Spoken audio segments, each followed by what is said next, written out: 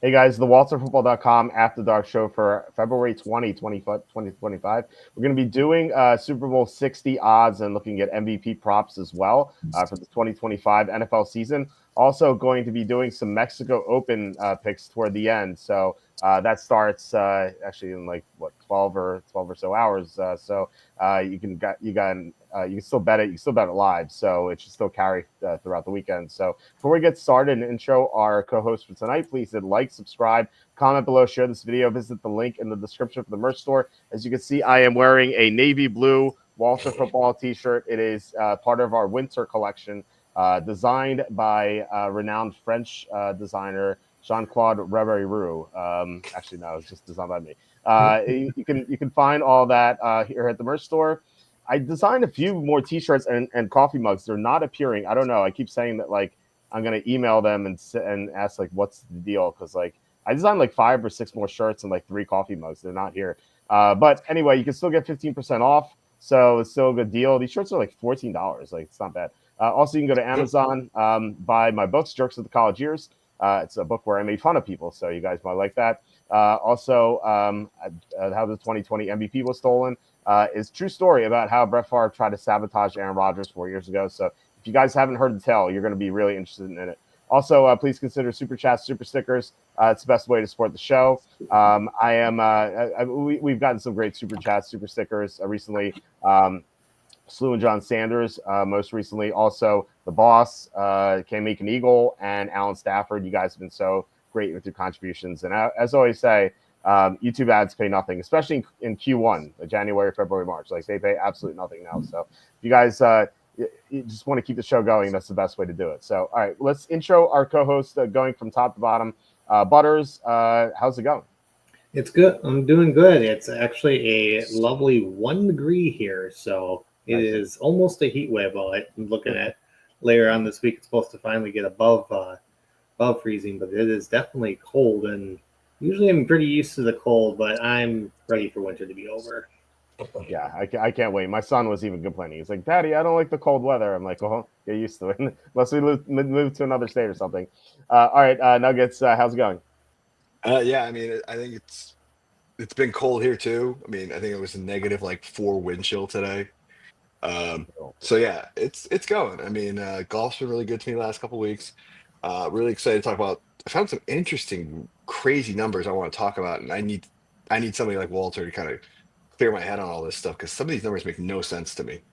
Yeah, I'm looking forward to breaking it down with you guys. We've done some Super Bowl 60 odd shows, but I like having other like a lot of people on to discuss it because we get some new ideas and like one guest I had loved the Rams. Like the next person was like, "Oh, I think the Texans are a great number." So I'm looking forward to hearing what you guys like, and then we can discuss it. So might as well begin with that. So Do you let me want to pull start up with the Rams and how much I'm telling people do not touch the Rams? Sure. We could do that. The Rams at 32-1 on FanDuel. I could pull up DraftKings as well, just so we can look at different set of numbers. And I always encourage people to have multiple sports books so you can have the best numbers. The Rams at looks like the Rams at DraftKings are 28-1. It just disappeared off the page. But you want to talk about why you don't like the Rams? Well, so here's the funny thing because FanDuel says 32 to 1, Yeah, but Caesar says 22 to 1. that's weird. And Caesar's lines are like the sharpest ones I'm seeing in terms of like the closest, right? Hmm. And it doesn't make any sense because like there's been so many rumors about Stafford being traded, Cup being traded. I'm like, how can you back a quarterback less team if Stafford goes to the Giants? I'm making it up, but like that's the rumor. Right. And I'm like, okay, so what? Jimmy Garoppolo is going to lead them to the promised land? Like, it doesn't make any sense. So that's like the one bet I'm avoiding completely. I don't understand it. It makes no sense. And to have a 10x discrepancy between two books is really kind of freaking me out. Yeah, I don't. I heard those rumors as well about Stafford. And that terrifies me. Now, like if Stafford goes into the season as the quarterback, then I That's a could different see it. story. Right, exactly. I could see it. But like right now, I think it's a huge mistake to bet them. Like you have to find out Yes, if he's actually going to be quarterbacking there. I don't care about Cooper Cup being traded. It seemed like he was washed up. So I fair. feel like if he leaves. First of all, they have a couple of young receivers. I like Jordan Whittington quite a bit, so I feel like he could start in the slot. But I think that they could address the receiver in like the first or second round and just get a new number 2 receiver because like Cup did nothing down the stretch. So I think that like there's a good chance that whoever they get to be the new number 2 receiver is going to be better than Cooper Cup anyway. You know what I mean? So yeah, I'm looking at Caesars. Yeah, Rams are 24-1 here. So maybe they dropped them a little bit, but yeah, that is the best number, or at least, well, I guess the worst number I should say for the Rams that I've seen. So The other number that freaks me out is San Francisco. Like it came out at 16-1. It's now down to 14-1 at some books. Yeah, I actually I saw 12. Yeah, it's 12-1 here. 12 at FanDuel. Yeah. So this is the number that's freaking me out because you still don't know about CMC. Brock Purdy needs to sign it. They're going to franchise him, right? Because he's in the last year of his rookie deal. Are they really going to pay 30, 40 million? Sorry. We had to just jump right into it. Sorry. Next time we'll kind of go team by team, and we'll be here for 5 hours.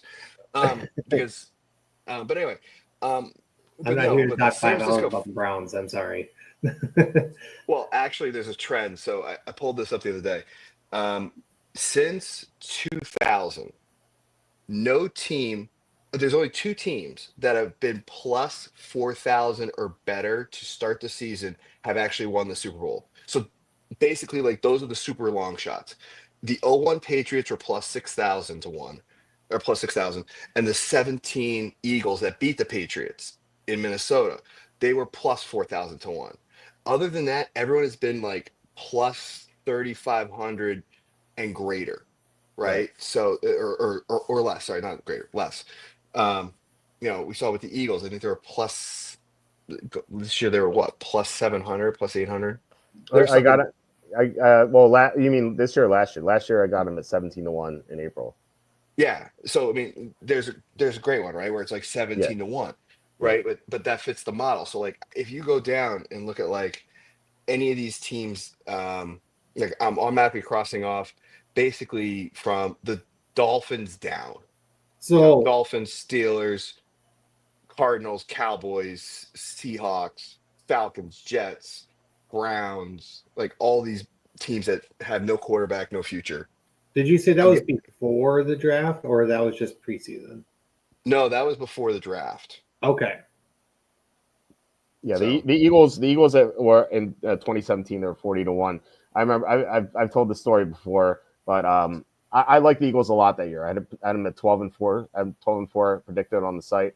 And I was in Las Vegas entering the Super Contest. I was leaving the Westgate. I got into a cab, and the cab driver is like, "Hey, where are you from?" I'm like, "From right around Philly." He's like, "Your team's winning the Super Bowl this year." I like them a lot. Like, why are you saying that? And he said like one of his best friends is like one of the top handicappers in Las Vegas. I'm like, you know what? I like them a lot. I didn't bet them to win the Super Bowl. Let me go bet them, and it worked out. So thank you, cab driver, for making me some money. But no, yeah, you're right, Nuggets. Like we haven't seen this long shot. Although we did have like 2 in a span of 3 years, like you mentioned, the 01 Patriots, and then you had the 99 Rams, who were like, right. I think they were like 200. That's why I did the cutoff at 2000. Yeah, exactly. Yeah. So like, I feel like in the past we've seen it, but ever since 01, we've only had one of those teams. I think there are like a couple of like intriguing teams. I don't know if I can like pull the trigger on them though, like at higher than 40-1. Like for example, the Jaguars here at 60-1, but they're 100-1 on DraftKings, so that's why I'm highlighting them.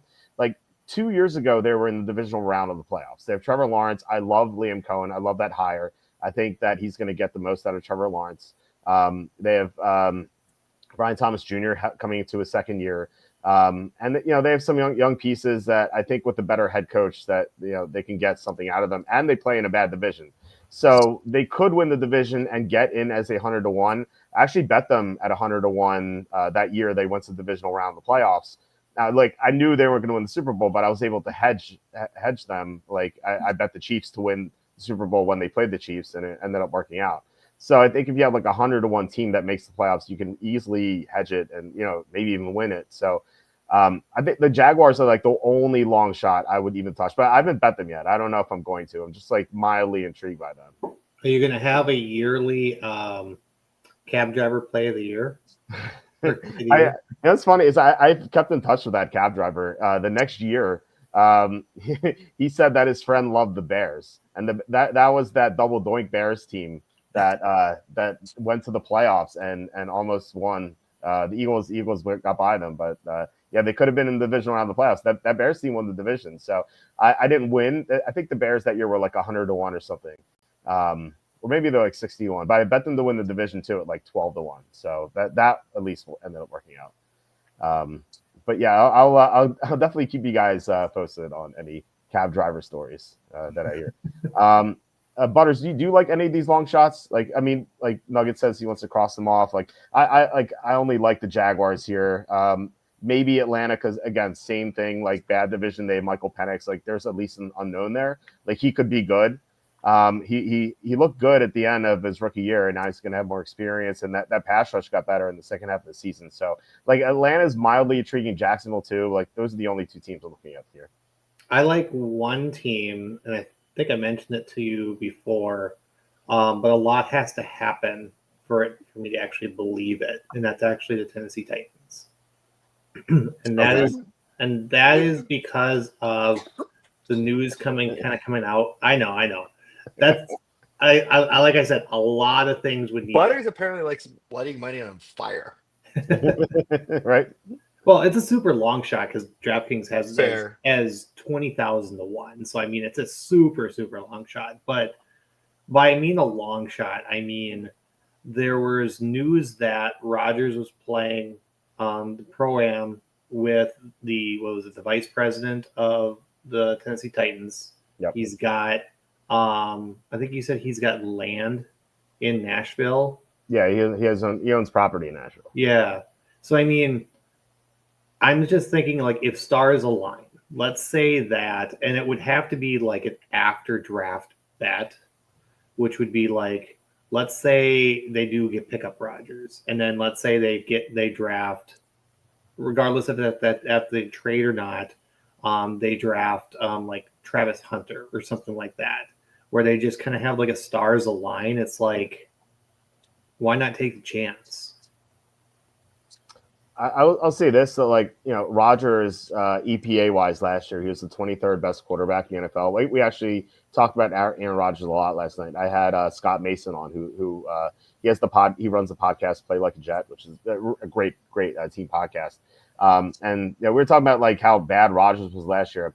In his defense, though, he was coming off a torn Achilles like Kirk Cousins, and we saw both of them struggle last year. So I think there's a chance that he improves. I don't know if he's going to improve that much. He's going to be 42. So if he's like the 17th best quarterback in the NFL instead of 23rd, like, yeah, maybe Tennessee has a chance in that division. I just feel like they have so many holes.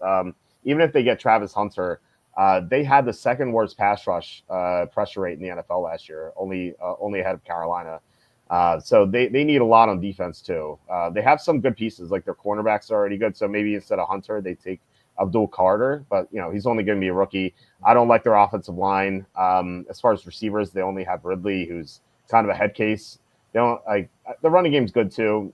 So I think they could be a decent team. Like I feel like they can maybe like sneak into the playoffs, perhaps, just because that division's so bad. That was the other reason why I was kind of looking at that too. It's like, who do you have to beat in that division? Like, okay, right. Then once you're in the playoffs, everyone's live, sort of thing. Yeah. So, there is a path for them to get to the playoffs, but it feels like a lot needs to happen. Like Rodgers needs to improve at 42. We saw and Brady do Brady. it. Right. Yeah. We saw Brady do it, but we haven't seen anyone else do it. So I don't know, unless he's doing the same stuff Brady was to take care of his body. Just I don't know. It's tough, but at the same time, if they won the division, wouldn't be a total shock just because that division's so bad. Right. Yeah, and it's like I said, it's a total long shot. It's I agree with you, Andrew. They did play a lot. The Carolina did play a lot better down the stretch. Mm-hmm.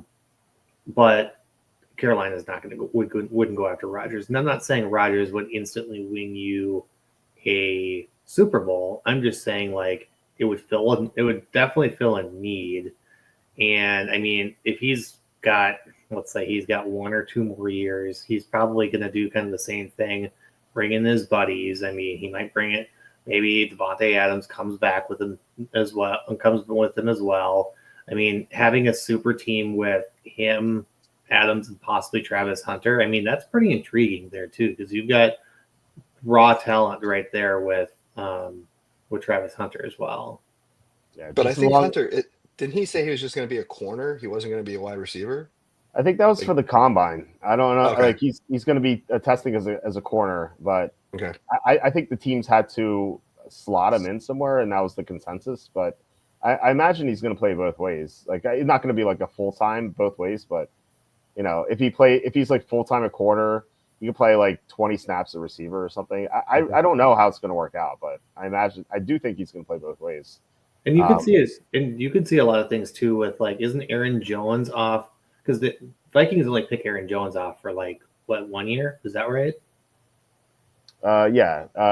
He was only signed for 1 year. Yeah. So I mean, you can see with Rodgers, he's bringing his buddies, and I mean, you've got a lot of his buddies that would be available. So I mean, if you want to play that gamble again, I mean, I could see it. I mean, it's still, even if stars do align with that happening, it's still a long shot. But I mean, there's potential. Just as long as he doesn't bring Alan Lazard again, they'll be okay. Before we get to a couple of the teams, Cassandra asking, how do you manage to stay in touch with the cab driver? I actually gave him my card, which has my email address on it, and he emailed me. We just stay in touch. Like the next time I was in Vegas, like we got lunch, along with like his buddy. So we had a nice lunch at the Wynn. So Andrew asking, what about the Bears and the Panthers? So let's look at their odds right now. They are going to be on the longer shots. Bears are 49-1. Panthers are 120-1 here on FanDuel. I know, Nuggets, you said you don't like these longer shots, but like, on like FanDuel, it's interesting because, not to cut you off, but yeah. on FanDuel, it's interesting because I see 49-1, but on some other books, I'm seeing 4,000-1. I mean, that's in line with the Eagles from 17. So you could talk me into it. How much is Ben Johnson going to bring to them? Right. And that division is stacked now when you think about it. I mean, you got to go through the gauntlet of Detroit, Green Bay, and Minnesota. Like, those are not going to be easy teams next year, right? And you're telling me Caleb Williams with DJ Moore, and the dominoes would have to fall perfectly, and like all three of those quarterbacks would have to get hurt. I'll say, being a Green Bay fan, I still would not be shocked for them to be last in the division. Yeah, I could see that. Still would not be shocked. Well, it depends what happens. If they get a number one receiver somehow, I don't know how they're going to do it, but that's what Josh Jacobs said they had to do. Christian Watson being out just really tanked that team at the end of the year. Like, whenever they haven't had Watson on the field the past 2 years, they've just struggled just offensively. Yeah. And we saw it at the end of last year, the end and midpoints of 2023. And so he's coming off the torn ACL. So I don't think he's going to be able to play in the first half of the season. So you have to find a deep threat. And the receiver free agency class is not good. And we know the Packers don't like to draft receivers in the first round. So and they may not get a good receiver where they're drafting anyway. So I can see the Packers regressing a bit. And as far as the Bears, I just don't trust Caleb Williams. Like Ben Johnson is going to make him better, but Caleb Williams' football IQ was just so bad last year. Like he held on to the ball for an eternity. He took so many bad sacks. And I know the offensive line was really banged up, and they couldn't block for about like half the year. But at the same time, like he just like a lot of the sacks are on him too. Like he just held the ball for so long. He seemed to be like the big high and low spectrum, where like I agree with you that like he would hold the ball on for so long, but then like some of the plays that he made was just like, wow, how did he do that? Like in the air throwing, and just some of those were pretty spectacular, but it was like the results showed kind of itself though. Like he's got the talent, but it is very, very raw. Yeah, and he killed his team with those two I don't even know how to describe them. Those two final drives against the Lions and then the Seahawks. The first one got the head coach fired, and then the second one, it's like, wait a second, maybe it wasn't the head coach because Caleb Williams did the exact same thing against Seattle in that Thursday night game. It looked like his brain shut off, and he didn't know what to do at the end of the game. And like, is that Oh, was someone you that want him to? or the coach? Was that Eberflus or was that Williams? Well, Because well, like, that's the thing. It's like on Thanksgiving, you're like, okay, it's probably Eberflus, but then the same thing right, happened against Seattle, and so yeah. like, is it both coaches, or like one is an accident and two is a trend, right? With Caleb Williams, and I don't know, like, do you trust that guy to win you a Super Bowl?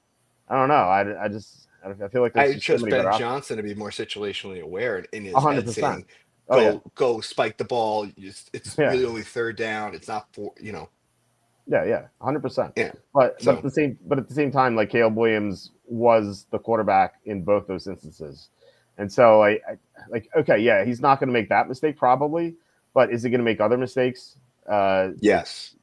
Yeah, exactly. I think so too. So, and I think the NFC is tougher than the AFC as well. Oh God, yes. I mean, Yeah, look at the Chiefs. They survived with the poorest offensive line and got smoked. yeah, It, yeah. I felt like I was watching the Giants Patriots Super Bowls all over again for how Yep, much same they were thing. just getting mauled. And you can even argue the Atlanta Super Bowl when Brady makes that historic comeback, but we were getting mauled in that game too. And it's just like, for some reason, just the more physical defensive lines just destroyed the Patriots offensive lines. Hmm. And yeah, and Brady made it work because that's Brady. But like against, I was shocked that like Andy Reid like seemed like he never adjusted in the game at all. Yeah, yeah. So Yeah, you're right. I mean, it felt like those games. It felt like that first Super Bowl, well, not first, but the second Super Bowl the Chiefs were in against the Buccaneers, yes, and exactly. That was the other one I thought about. Absolutely. yeah, and also the Carolina Denver Super Bowl where Cam Newton Yes. was MVP, and then Denver just like overwhelmed them, and like that's the formula to beating these elite quarterbacks is to rush with four, get pressure with them consistently, and drop seven in the coverage. Like that's the way Hmm. to beat these guys, and we saw it happen with Mahomes twice. We saw it happen to Brady twice. So yeah, 100%. So what about the Panthers? We also got to mention there. I'm not touching the Panthers with Bryce Young. Like he can't see over the line of scrimmage, which is a problem.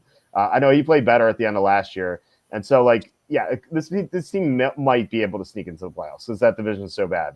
But if they're in a better division, like if they were in the NFC North, they get smoked.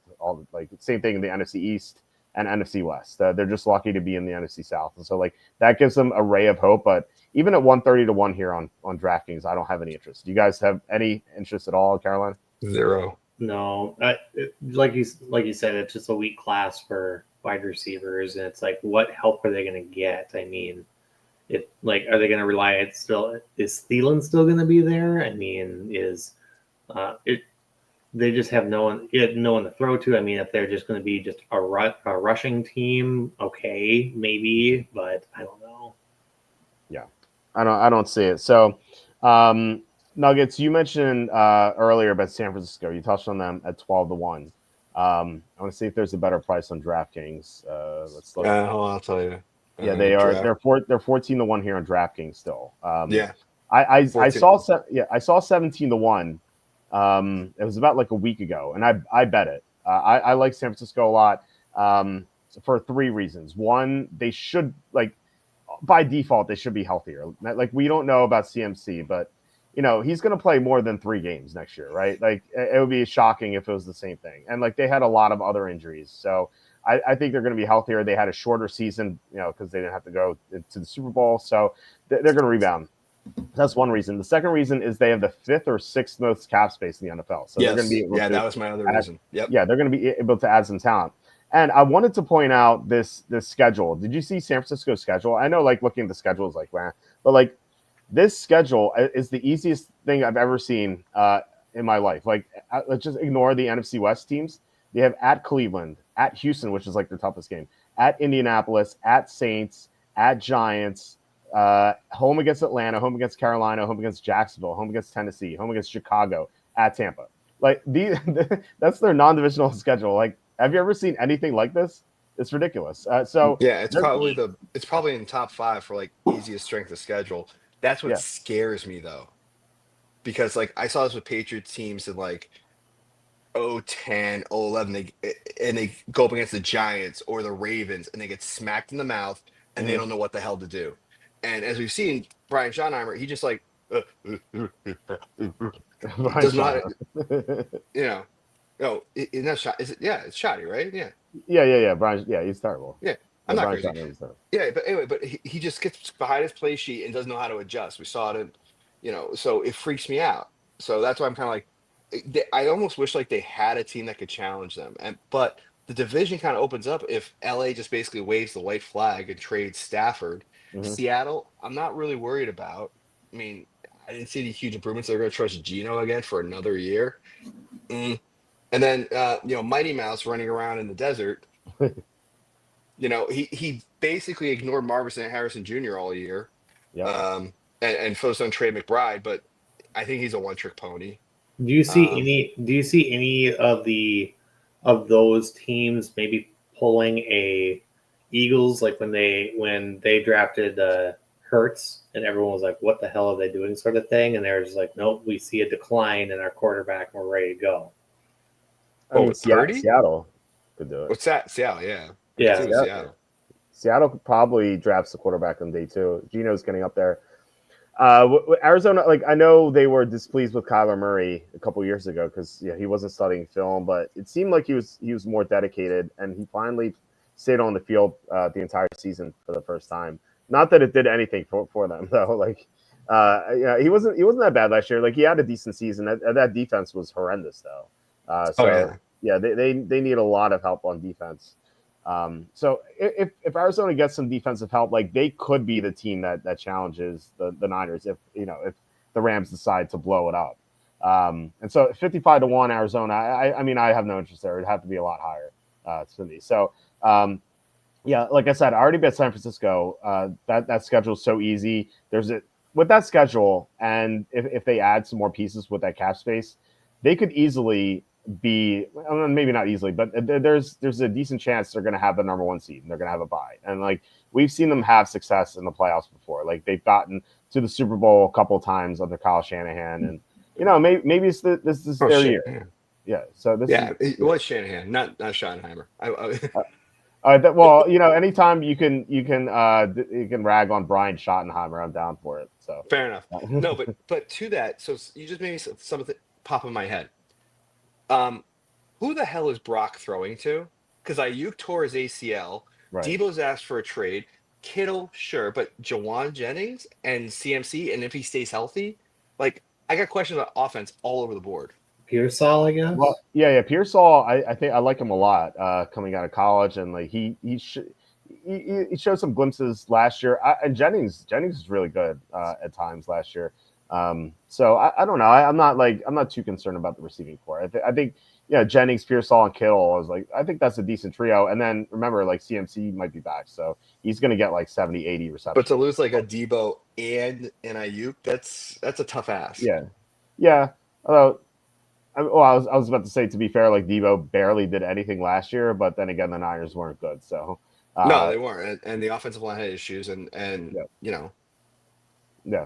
Yeah, no, it's definitely a question mark, but they have all that cap space, so maybe they sign someone. They do something, yeah, exactly, and they're gonna have some picks because they could maybe trade Debo. Butters, do you have any take on the Niners here?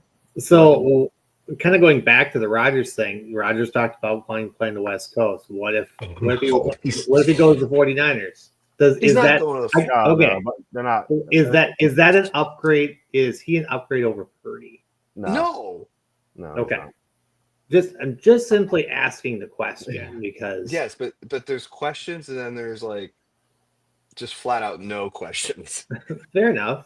I'm not saying of course I'm agreeing. I get what you're saying. Yes. It's a hypothesis. Yes. However, I'm just trying to think like if you're getting Rodgers, you're most likely also getting Adams as well. Is that an upgrade enough for the books maybe thinking that you're at 12, you have a Super Bowl odds of 1,200? Is that maybe where it's being shown, or is it just because it's an easy schedule, or what? I mean, I assume it's all those factors, and it was bet down from 17-1. Like they were taking a lot of money, so I think it moved because people are betting it. Like I assume Yes. sharp people are betting it, and I assume they're betting it because of those three factors that Yeah. we mentioned. Okay. So yeah, I All mean, I like if you look at last year's number, I mentioned Rodgers was 23rd DPA. Brock Purdy was 8th, despite like Yeah. those Brock injury was having issues. an MVP year until Bray got hurt, essentially. Yeah, I mean, Like look, there's in 2023 they were talking about him as MVP, but like he and McCaffrey are going to like cancel each other out. So yes, fair. But with right, McCaffrey being out for so long, there was so much talk of him being MVP. But then Debo got hurt, then yeah, Ayuk got hurt, and then everything just kind of fell apart. yeah. They had so many injuries that it's like, Yeah, are they gonna suffer that same sort of bad luck again? Like, it seems unlikely. I can't see it 2 years in a row. However, it kind of reminds me of another team that's right below them, Okay, the Cincinnati Cincinnati. Bengals. Okay, they're actually the team I would not touch. Well, yeah, because it was Jamar Chase and his contract extension, and Higgins wanted to be traded. My issue with the Bengals is that their owner is so cheap that I Oh don't. God, Paul Brown, I don't trust that organization to make the adjustments that they need. They have a lot of cap space, but yeah, they're going to sign like one or two guys, but like they never go all out in signing these players, and so like they're just going to have an incomplete team. And look, if I'm wrong about that, if they do sign a bunch of like talented defenders, I'm going to have a lot of interest because their offense is great. I just don't think they're going to do it, and they don't draft well because I don't know if you guys saw that stat about the number of scouts that each team in the AFC North had in their front office. I think like the Browns had like 26 and like the Steelers had like 23.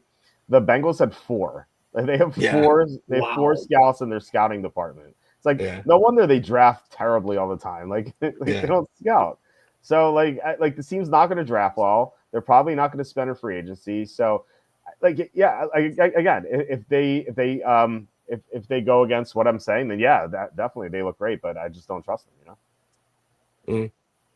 So like, and it's a shame. Like they're gonna ruin Joe Burrow's career. And I at least like that Joe Burrow started calling him out. It's like, hey, we need some help. Like, please spend money. And it's like, hey, do you not know how bad Mike Brown is as an owner? He's terrible. He's so cheap. So there's a weird. So I'm on these Patriots and like AFC East blogs. There's a weird conspiracy theory out there that the Okay. Patriots are going to trade the 4th pick and Drake May to Cincinnati for Wow. Burrow and just Wow. Burrow. And I'm like, how does That's that help the Patriots make anything better? It doesn't. And you're giving the 4th pick and Drake May? That's like a win for Cincinnati. What the hell is that? It's like, unless you That get Higgins and Burrow and then sign them to multi-year extensions. that Oh, doesn't Burrow's seem extension. like a It Vrabel doesn't seem move. like a win. Like, I don't know where these people are getting all this crap. That doesn't seem like a Vrabel move either.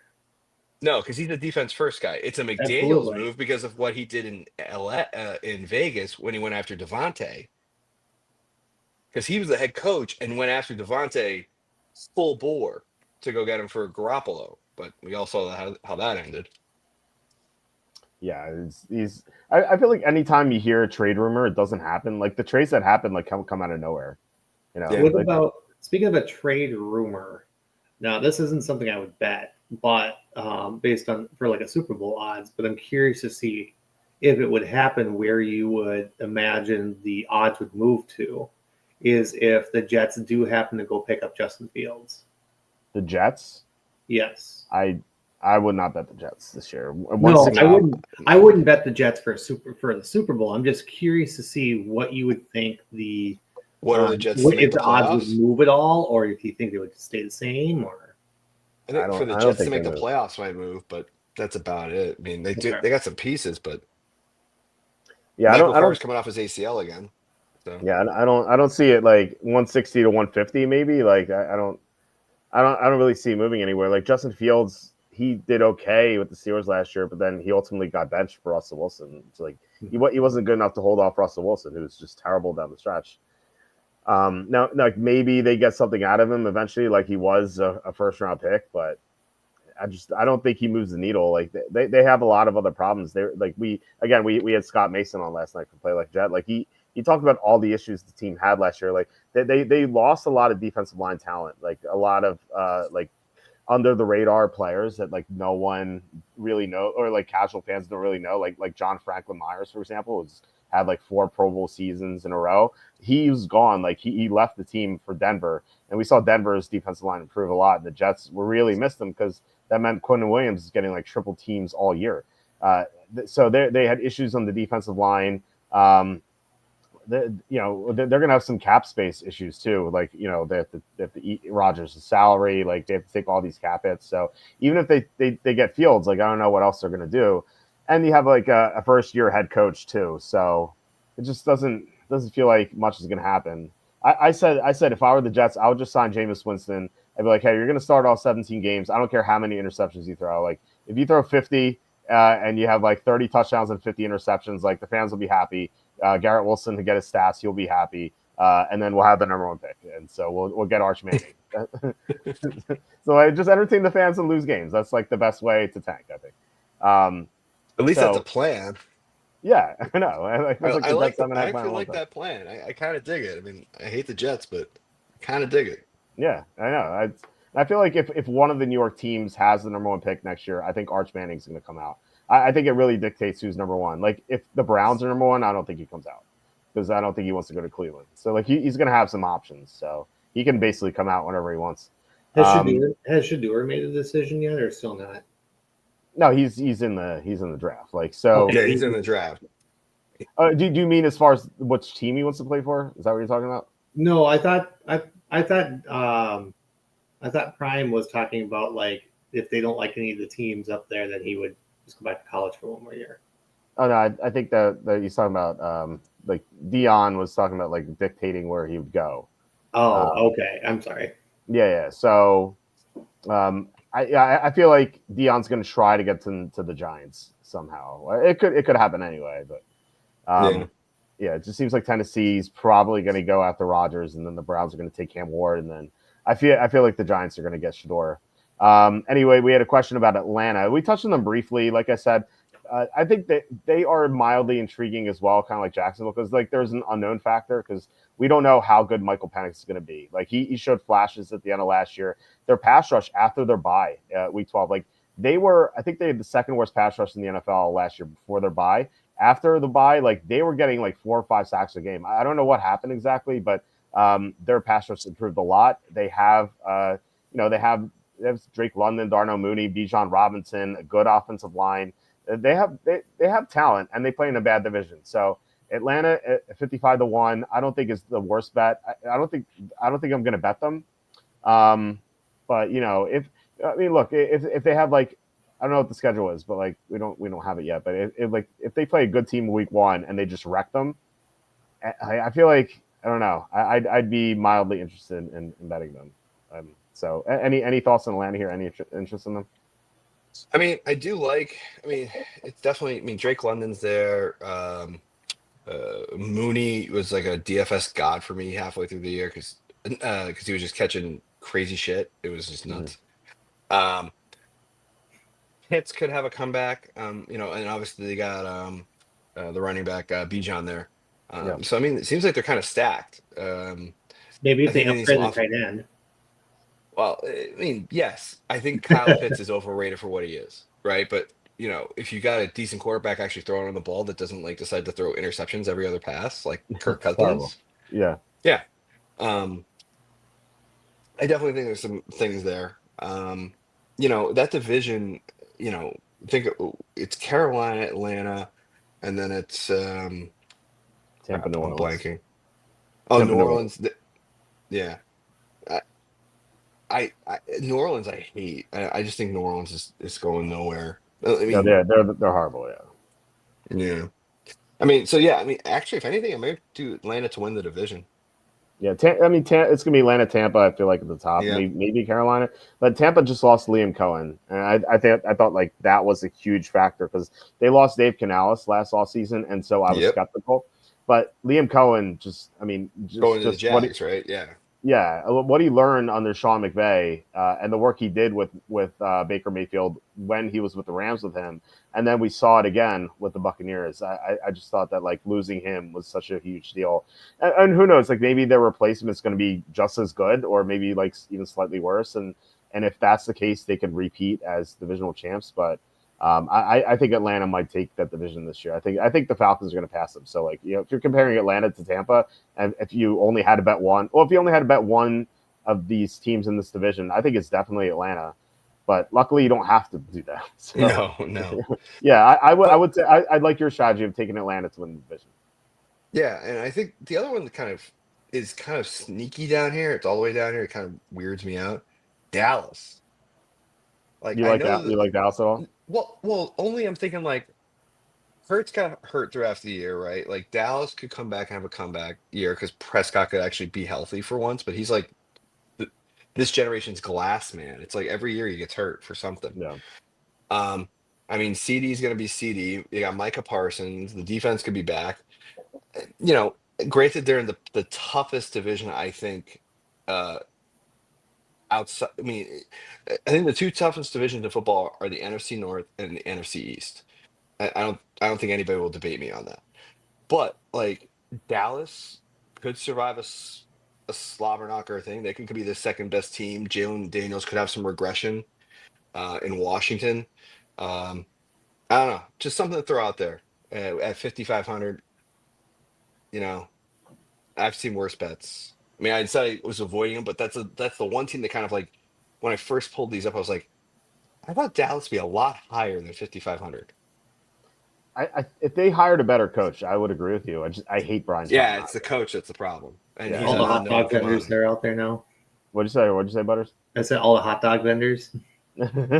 Yeah, I wrote on the site I would have given them a C minus if they hired Brian Schottenheimer as their hot dog vendor. Like, he's so bad. I don't get how he got a head coaching job. He's been fired as an offensive coordinator 3 times. It's not like he's even good as an offense coordinator. Like we've seen some great coordinators over the years who've been bad head coaches, like Wade Phillips, Norv Turner, Josh McDaniels. Josh McDaniels. Like these guys have been awful head coaches, but brilliant coordinators. Like Schottenheimer wasn't even a good coordinator. He got fired 3 times, and I don't think he's had one offense. I think in the top 10 of the NFL during his I forget how many years, like 13 years that he's been a coordinator. Like once in the top 10. Like what is this guy doing? Being a head coach, like it's only because his dad was Marty. I think like if his Talk name about was what did talk you say? about being screwed though. I mean, like Mike McCarthy got totally screwed in this coaching cycle. Yeah, because they He's waited also so not long. that great of a coach. Yeah, That's true. Yeah, I don't like McCarthy, but he did get screwed because they waited so long. They could have I just mean, decided to fire him right away. it'd be interesting. Like I think McCarthy and Jacksonville would have been interesting, in my opinion, Yeah. over Liam Cohen. I'd much rather have Cohen. Like I mean, he's never been head Fair. coach before, but at Yeah, he's least there's younger. Give him another upside. chance. Yeah, No, it's fair. there's at least upside. Like McCarthy just man, he gets teams to the playoffs and they just like has like brain farts like in these big games. He just like the fact that the Packers only won one Super Bowl with Rodgers is I feel like it's a crime. It just shows how bad of a coach McCarthy, or at least how bad of a job he did outside of that 2010 season. So, All right. So go. there's one more team here I want to talk about here because it's interesting. On FanDuel, they're 5,500. On Caesars, they're 3,500. And that Denver? is Denver Broncos. Okay. I need to feel better about Bo Nix. To bet He had a them. good rookie year. I'm not saying he was like Yeah. lighting the world on fire, but against the Chiefs, he held his own. The Raiders are going to suck again. Chargers are going to be the Chargers. Like, I can see a world where they make the playoffs again. Can they win the division? If Kelsey retires, I think they can win the division. I don't think Kelsey's like the ultimate linchpin there, but I think it's Yeah. the factor. Yeah, I don't know. I don't know what to think of Denver. Like they're one of the teams where I'm like I just don't really have an opinion on That them because defense though is nasty. the And defense, Surtain just won Defensive Player of the Year. yeah, for sure. Yeah, the defense is good. Yeah, just mentioned John Franklin Myers being there. That really improved the defensive line. Yeah, they have a great defense, no doubt. I worry that Bo Nix this might be his peak. Like it's kind of crazy to say because he was only a rookie, but he's 25. like we've seen these older quarterbacks come out and just not progress. Like we saw that with Mac Jones. Mac Jones came out. He had a great rookie year. He was the best quarterback in his class his rookie year. And then now he's like barely holding on to a job. Yeah, I think there's a different. I think the Patriots broke him. Like when McDaniels left. Yeah. Okay, McDaniels left, and second year, and you've given Matt Patricia and Joe Judge. That is a defensive coordinator and a special teams coordinator who don't know offense, trying to install the 49ers offense run by Brian Shanahan. And you're going to give it to these two guys who don't know a thing about offense? Yeah. Belichick basically broke him.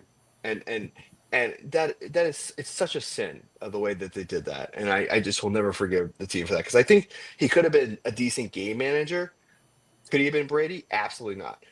But this is the point of like how much, like this is a detriment to Belichick's legacy. So it just frustrates the hell out of me. And I think Mac Jones could have been better. That's fair. I didn't see the upside of Bo Nix coming out of college. I didn't see the arm strength. Although the arm strength wasn't as bad as I thought it was in his rookie year. So I don't know how it improved, but we'll see. I'm just not a Bo Nix believer, but like, look, he can prove me wrong. I've been wrong about players before. I'll be wrong about players again. Like if he does take the next step, then yeah, I mean Denver at 55-1 looks pretty intriguing to me because yeah, I mean the Chiefs might decline, but then again, I don't think they will though. Like even if Travis Kelce retires, I like look, Travis Kelce doesn't do anything in the regular season. Like he just farts around. Like he has a couple of big games, but he doesn't do much. And you know they get Rashee Rice back next year. I trust that they're going to address the offensive line. Like that was the weak point of their team this year, and their defense is pretty good. Like I think they had the 5th ranked defense in the NFL last year. So like they still have Mahomes. As long as they have Mahomes and Andy Reid, I think they're going to run the division. So it's a tough ask to take any team in the AFC West. But if you're not a believer in the Chiefs and you think Bo Nix can take the next step, then Denver at 55-1 looks great. We had Tom on last Saturday. He liked Denver. I don't know if enough to bet him, but he mentioned Denver as like one of the teams he's looking at. Do you trust Rice to not do something stupid over the offseason or what? Well, that's a question you have to ask for most NFL players. You know, Sure. I mean, look at Justin Tucker. We're like, okay, he's a boring kicker, and now he's in trouble. Is he up to like 17 accusations now? I don't know what the count is, but it seems like someone new is coming out every day. How has he not been put on the exempt list or like been released by now? Like it's like when it was Deshaun, it was like protected, but the kicker were like, oh okay. Yeah, well, I mean, they don't have to play games now. It's not like there's a rush to do this. Like, fair. If they do it like 2 months from now, it's going to make a difference. Like, I think, yeah. I don't think he's going to play for the Ravens next year. But yeah, I think he's going for anybody next year. I'm surprised there's not a prop out for that. I'm surprised that nobody's put a prop up for that yet. I would bet no, he would not play next year. Butters, any thoughts on Denver here? 55-1.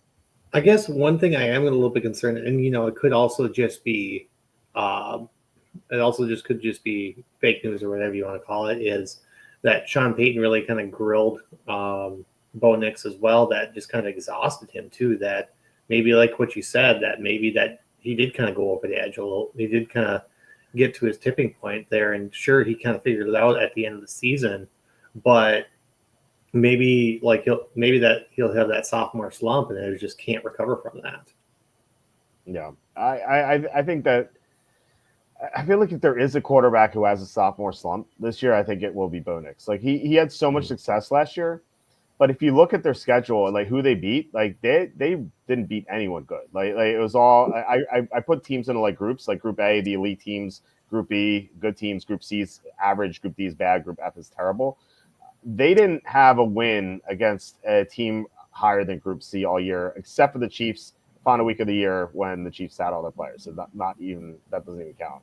Like they beat like such crap teams. I could just like pull it up like real fast here. So against Group A, they got smoked. The only Group A team they played was the Bills in the playoffs. They lost 31-7. Group B teams that they played, they lost to the Steelers 13-6. They lost to the Chargers twice. They lost to the Ravens 41-10. They lost to the Chiefs, although they could have won with that blocked field goal. So that's it. Like the rest of their games are against Group C. They beat the Jets 10-9. We saw how bad the Jets were. They beat the Colts 31-13, but the Colts that was the game the Colts were up there 20-7, but Jonathan Taylor dropped the ball shy of the goal line, so the Colts may have won that game. They lost to the Bengals 30-24. They beat the Falcons 38-6 when Cousins is throwing 1 million interceptions. They beat the Browns on Monday, that crazy Monday night game, and then their other wins were against the Raiders twice. The Saints, when the Saints started. Spencer Rattler. Oh, Rattler, yeah.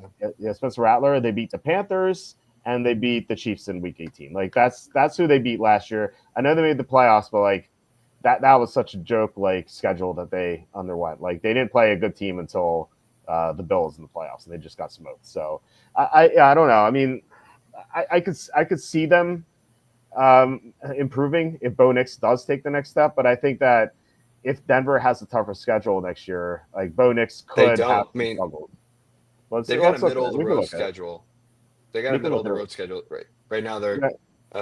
They got games against playoff teams. They got 8 games against playoff teams, 9 games with a better than 500% win percentage in 2024. Yeah, we can look at it right now. So, like, excluding the division, so they have home Jacksonville, home Tennessee, home Dallas, home Giants, pretty manageable. And then we get to home Cincinnati, home Green Bay, at Houston. Those are probably losses. At Indianapolis, it's probably that's a win. Maybe. And then we get to at Jets, at Eagles, at Redskins. Those last 2 are tough. Yeah, so it looks like outside of the division, looks like a middle of the road schedule, like you were saying. Yeah, the Eagles' schedule is really tough next year. They got the 4th hardest schedule. Yeah, let's pull it up. Might as well, like, we spent a lot of time talking about these garbage teams. So that's well. Yeah, let's talk about real teams.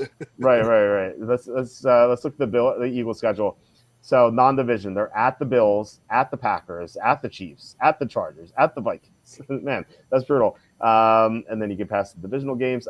Chicago, home Detroit, home Denver, home Raiders, home Rams. We'll see if Stafford's there. At Tampa. That's pretty tough. You're right, man. Yeah. That is really difficult. So what is they are the favorites because they obviously just won the Super Bowl. So they are, I believe, plus 650. Is that the case? Yeah, plus 650. Right, yeah. I wouldn't touch them. I think if you want to bet the Eagles to win the Super Bowl, you wait until they lose a couple games next year, and then you might get like a 12 or 13-1 at some point, and then that's when you bet them. But don't bet them. There's no point in betting them now. Were they the first back-to-back to win the division too in many years? I'm not sure about that stat. Maybe, I don't know. But yeah, look, I think there's no way with that schedule that they go 17-0, right? Like, even if they're the best team in the NFL, they're going to lose some games. And so when they lose some games, you're going to get a better number. And like there's no point in betting that now. I don't see, like, unless they trade for Myles Garrett, which I guess like could happen, but probably not. Like I don't see that number changing dramatically at all. So you can get a better number once they lose a couple games. And like they just won the Super Bowl. They're not going to be hyper focused every single week. Like no team in the NFL does that. Like even the Chiefs last year, like I know they kept on winning, but they beat all these bad teams just barely. Like they barely beat the Panthers. They barely beat the Raiders. Like on that Black Friday game. Like they're gonna have the Eagles are gonna have some slip ups. Every team does. So yeah, just bet them then. What about some of these other top teams? Like what is the top team you guys would bet here? Like it was the Chiefs 7-1, Ravens 7-1, Bills plus 750, Lions 9-1, Niners 12-1. That's where I'm going. What are you guys looking at here? I like the Lions still. Okay. I think the Lions still have hope, even though they're losing, even though they don't have Ben Johnson anymore. I think there's still hope. I think if it's any time, it's probably next year, because after that, it's like, okay, well, who are you as an identity now that you've a lot of teams have pulled your assets, sort of thing. Mm-hmm. My worry with the Lions is not just Ben Johnson, they lost Aaron Glenn. They lost 2 coordinators. Mm-hmm. It's kind of tough. And then do you trust Jared Goff in the playoffs? He's had so many bad games in the playoffs. So look, they have a lot of talent. They could definitely win it. Like, but at the same time, I just like I feel bad because I was early on the Lions. A couple years ago, I bet them at like 150 to 1 to win the Super Bowl. but like, yeah, so I feel like I was the first person on the bandwagon. But I think it's like it might be time to jump off for at least 1 year because they have 2 new coordinators. Nuggets, do you like the Lions? And if not, like who's this? What's the top team that you like here? The Lions scare me because they have the second hardest schedule in the league next year. Okay, Like you look at their opponents, let's pull it up. it is bad. Okay. Well, we know they play the Eagles at least. Yeah. Okay. Non-division at Baltimore, at Cincinnati, Dallas, the Giants, Cleveland. So those are easy. But then the Steelers, Buccaneers, at Chiefs, at Rams, at Eagles, at Redskins. Yeah, that's pretty tough, especially if these at Eagles, at Redskins games are late in the year when it's snowing. Yeah, and also like the way those teams are currently constituted, it scares me, right? But if you take like Stafford out of there, okay, the LA game is probably a win, right? And to your point, if the Eagles and Commanders games are like in the first 4 weeks of the year, I'm fine with that because they're away games. I'm not worried about golf outside of a dome. Later in the year, I'm scared crapless of him outside. So that kind of freaks me out. So this is gonna pain me. I'm really gonna test my Patriots fandom right now. Okay. The fucking Bills. There you go. They have probably one of the easiest schedules in the league next year. The number just seems right, and outside of their defense kind of collapsing on them against Mahomes, they could have been there again. And I just feel like they're that team knocking on the door, and I think this is the year they kind of get rid of their boogeyman.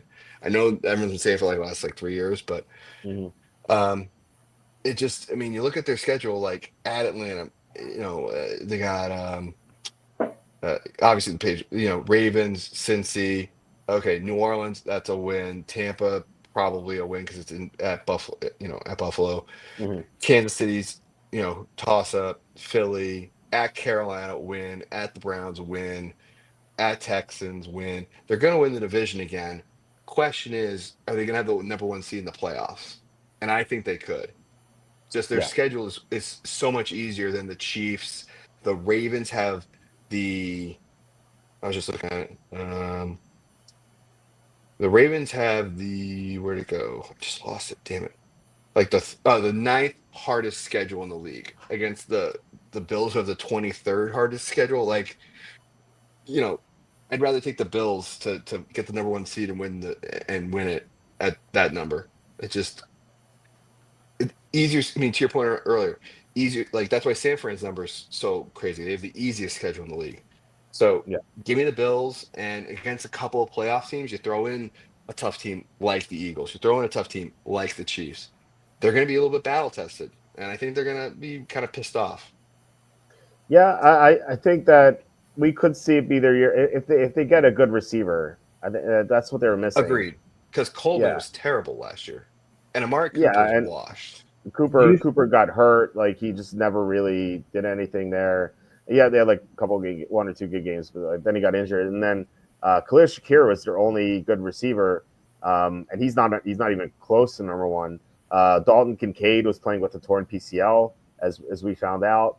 And so like Josh Allen. What the hell happened with Dawson Knox? Like, where did Knox go? Like he was like the number 1 guy, and then Kincaid showed up, and then like it's like they could have I hate to use this correlation or analogy. Like that could be the Gronk, Aaron Hernandez, 2 tight end attacking offense, but they just like forget about Knox that he even exists.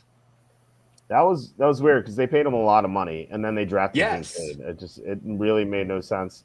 I don't know. I mean, he was blocking a lot last year. It wasn't like he just wasn't running a lot of routes. Go get that left tackle that's going to come up for the Ravens. Stanley. Ronnie Stanley. Yeah, go get him because he's a free agent. They didn't franchise him. Go get him, and you have to run Knox blocking again. Your left side is solved. Let's go.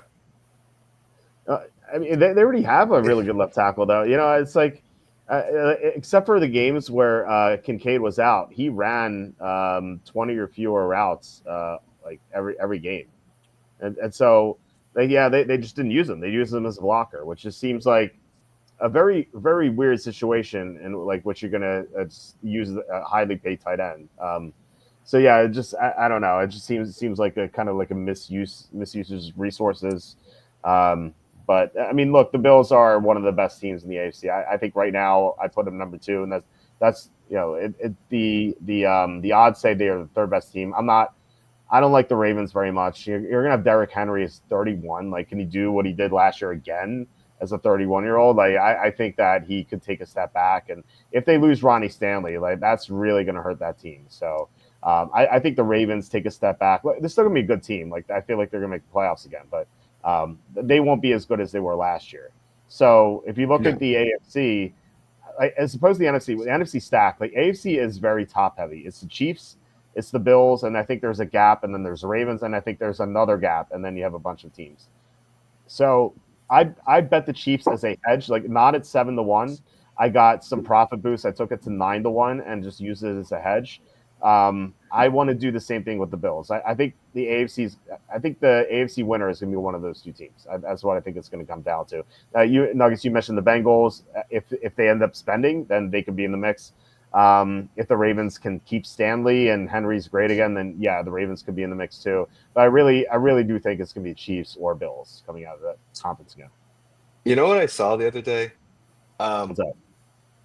It was the side-by-side comparison. You know, Todd Gurley is only 30 years old right now. Oh my God! Wow. You want to That's feel wild. old? And Derrick Henry did what he did at 31. That's crazy. Like, yeah. I mean, when I saw it, I was like, no way is Todd Gurley 30. I had to Google it. I'm like, holy crap, Todd Gurley was only 30? It's such a shame. It's such a shame what happened to his career. I know one of the scouts that Charlie talks to. He thought Todd Gurley was going to be the next Jim Brown coming out of college, and he looked amazing for this first few years, and he just fell off the map completely. Just what a shame that happened. What happened to him? He did get a ring though, so yeah. So he was on IR, but he got a ring. Right. Yeah. I mean, I don't know. I guess he could say that. It's just really disappointing that what happened to him. Anything else with these top teams? Let's say Bengals upward. Any interest there? I got honestly no. I mean, I know this is like before the draft and before free agency starts, and we saw just like who got franchised and who didn't. There's nothing else that gives me like the utmost confidence to be like, yes, I have to go after this, right?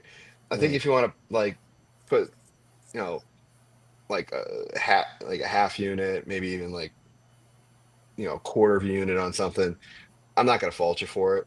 I see these numbers to me these are the times where I go like, do I really want to take this long shot? And until I kind of see something clearer, I just need to kind of wait till, the whole Stafford thing needs to be resolved. What's going on in San Fran? Like, get me to the draft, get me through free agency, and then we can talk. Mm-hmm. Okay. I agree. Butters, anything with these top teams? I agree. Like, if you're looking at Bengals on up, like I still really only have interest in the Lions and Bills. Other than that, it's just kind of that's about it. Yeah. Yeah, I feel like if the Ravens lose Stanley, like you're gonna get a better number, right? And if you still are that interested in them, then I think you get a better price. Then I think it's just too high at plus 700. Like this, it doesn't feel right. So yeah, it's Chiefs or Bills for me up here right now. I would be looking for a better number with the Eagles if they lose games at some point. I don't think you're going to get better numbers with the Chiefs and Bills just because, like, I really don't see them slipping up unless their quarterbacks get hurt. And then when that happens, you're not going to be interested in them anyway. Something that Andy Isco does. He's our usual co-host on Thursday nights during the season. He likes to take 3 teams from the AFC and 3 teams from the NFC and just bet all their permutations of them beating the other team on long shots. So like that's not available now. But so he had Chiefs over Eagles and Eagles over Chiefs because those are the two of the three teams from each conference that he had. So he already had like these great numbers heading into the Super Bowl. And I was like, Andy, like, what would you do in my situation? Because I had Eagles at 17-1. He's like, well, well, I already bet both sides here, and I'm covered. So, that's something I'm going to do this year. And for me, I think there's really only two teams that I like in the AFC, as I mentioned, Chiefs and the Bills, unless like something crazy happens for agency, like maybe Cincinnati getting some good players. Actually, I would consider the Chargers. Oh yeah, that's okay. That's the next group here. Chargers at 28-1. Why do you like the Chargers? Just it seemed like towards the end of the season, or even just throughout the season, you saw flashes of Herbert kind of coming back. Like when he was mobile, he was connecting really well with McConkey. And McConkey kind of looked like the ghost of Cooper Kupp in his prime and things of that sort. And it just seemed to just mesh really well. And it seemed like where you're saying the AFC is very top heavy, I mean, like you just need to get into the playoffs and then you have a chance. Right. Yeah, I actually kind of agree with Butters on this one because when you look at like who Herbert was throwing to, like Quentin Johnson couldn't catch a damn ball. Like name a wide receiver that could catch a ball outside of McConkey for LA. Like there was nobody. And if they stuffed the run with Dobbins and the other guy they got from the Ravens, Gus? huh? Gus? Yeah, Gus Edwards. Then you have to throw, and you know, McConkey was basically it. I mean, their tight ends basically did nothing. I think it was like Hayden Hurst, and they had that other one. Will Disley? That was it. Disley? Oh, Hurst was in. He was in No, yeah, you're Seattle. right. No, Disley was in Seattle. Hurst. No, it Hurst was what's his name? It's on the tip of my tongue. Yeah, it was Will Disley, and then they had Stone Smart. Hayden Hurst and Stone Smart. Yeah, Hurst and Smart. Yeah. Yeah. But that's where I kind of, but like you're really throwing to those guys, like not exactly world beaters. So get find a tight end, find another wide receiver that can stretch the field. Maybe trade up in the draft, and go from there. I think there's some options for the Chargers to build from there. The defense played well. I really can't fault them for that because if guys aren't catching the ball, it's not exactly the defense's fault. Mm-hmm. But I just think Herbert was like the rich man's versions of Drake May this year. Yeah, the defense was able to contain the wide receivers too. So yeah, exactly. So I just I don't hate it, especially with that division. I mean, that division's gonna be crazy. Yeah, you know what? Like the way they finished the season, just getting blown out at Houston, I think that people are just going to be hesitant to bet them. So Fair. it feels like 28-1 here is pretty decent number, and you might be able to find something better. It's also 28-1 in DraftKings. The Chargers are interesting. I think I wouldn't be opposed to betting them now that they have a real head coach. Like it feels like there's so many years that people were betting the Chargers just recklessly because they had Justin Herbert and Keenan Allen and Mike Williams and all those guys and Austin Eckler, but like they never met expectations because their coaching was so bad. And now they have Jim Harbaugh, who's an excellent head coach. And if the Chiefs are going to fall off, we were talking about Denver. I think the Chargers are better than Denver. So 28-1 seems pretty good to me. There are two teams in this range that are my favorite teams that we have not even discussed yet. One is the Redskins at 23-1. I bet them at 20-1 before FanDuel released the numbers. And I was kind of salty that I missed out on 23-1. So I actually bet them again at 23-1.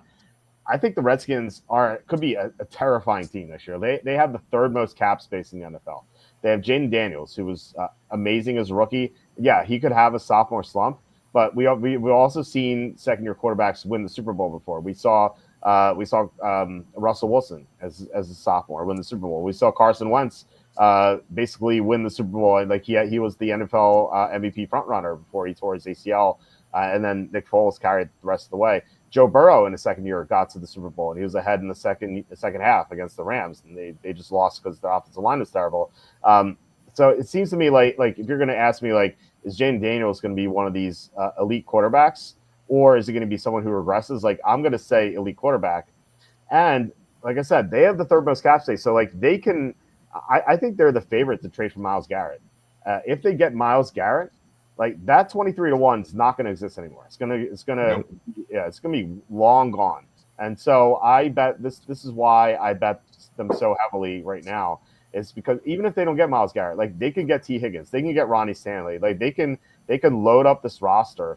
And you're gonna have the Eagles who are coming off the Super Bowl win. It could be aloof. They lost their offensive coordinator. I think the Redskins are really well positioned heading into next year. So, I mean, what are your thoughts on Washington? But I dig it. I You think you're you one took hundred the, you percent. took the words out of my mouth.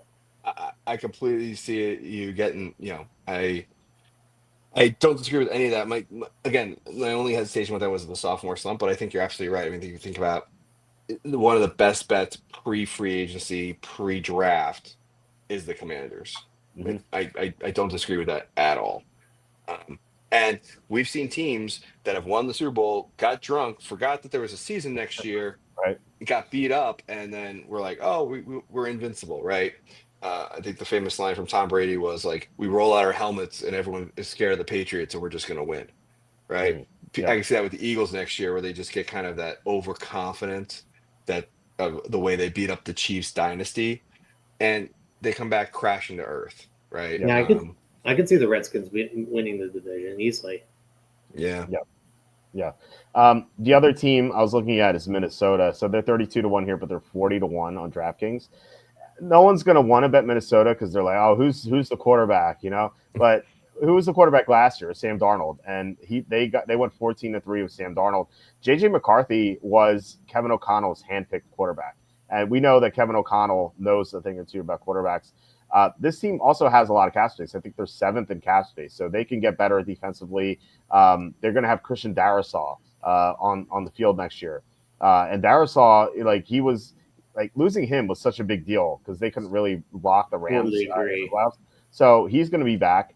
And you look at the rest of the division, like the division, like yeah, we I think we'd all agree that the NFC North is one of the toughest divisions. But at the same time, the Lions might take a step backward because they're going to lose their two coordinators. They already lost their two coordinators, and then you have the Packers who don't have a number one receiver.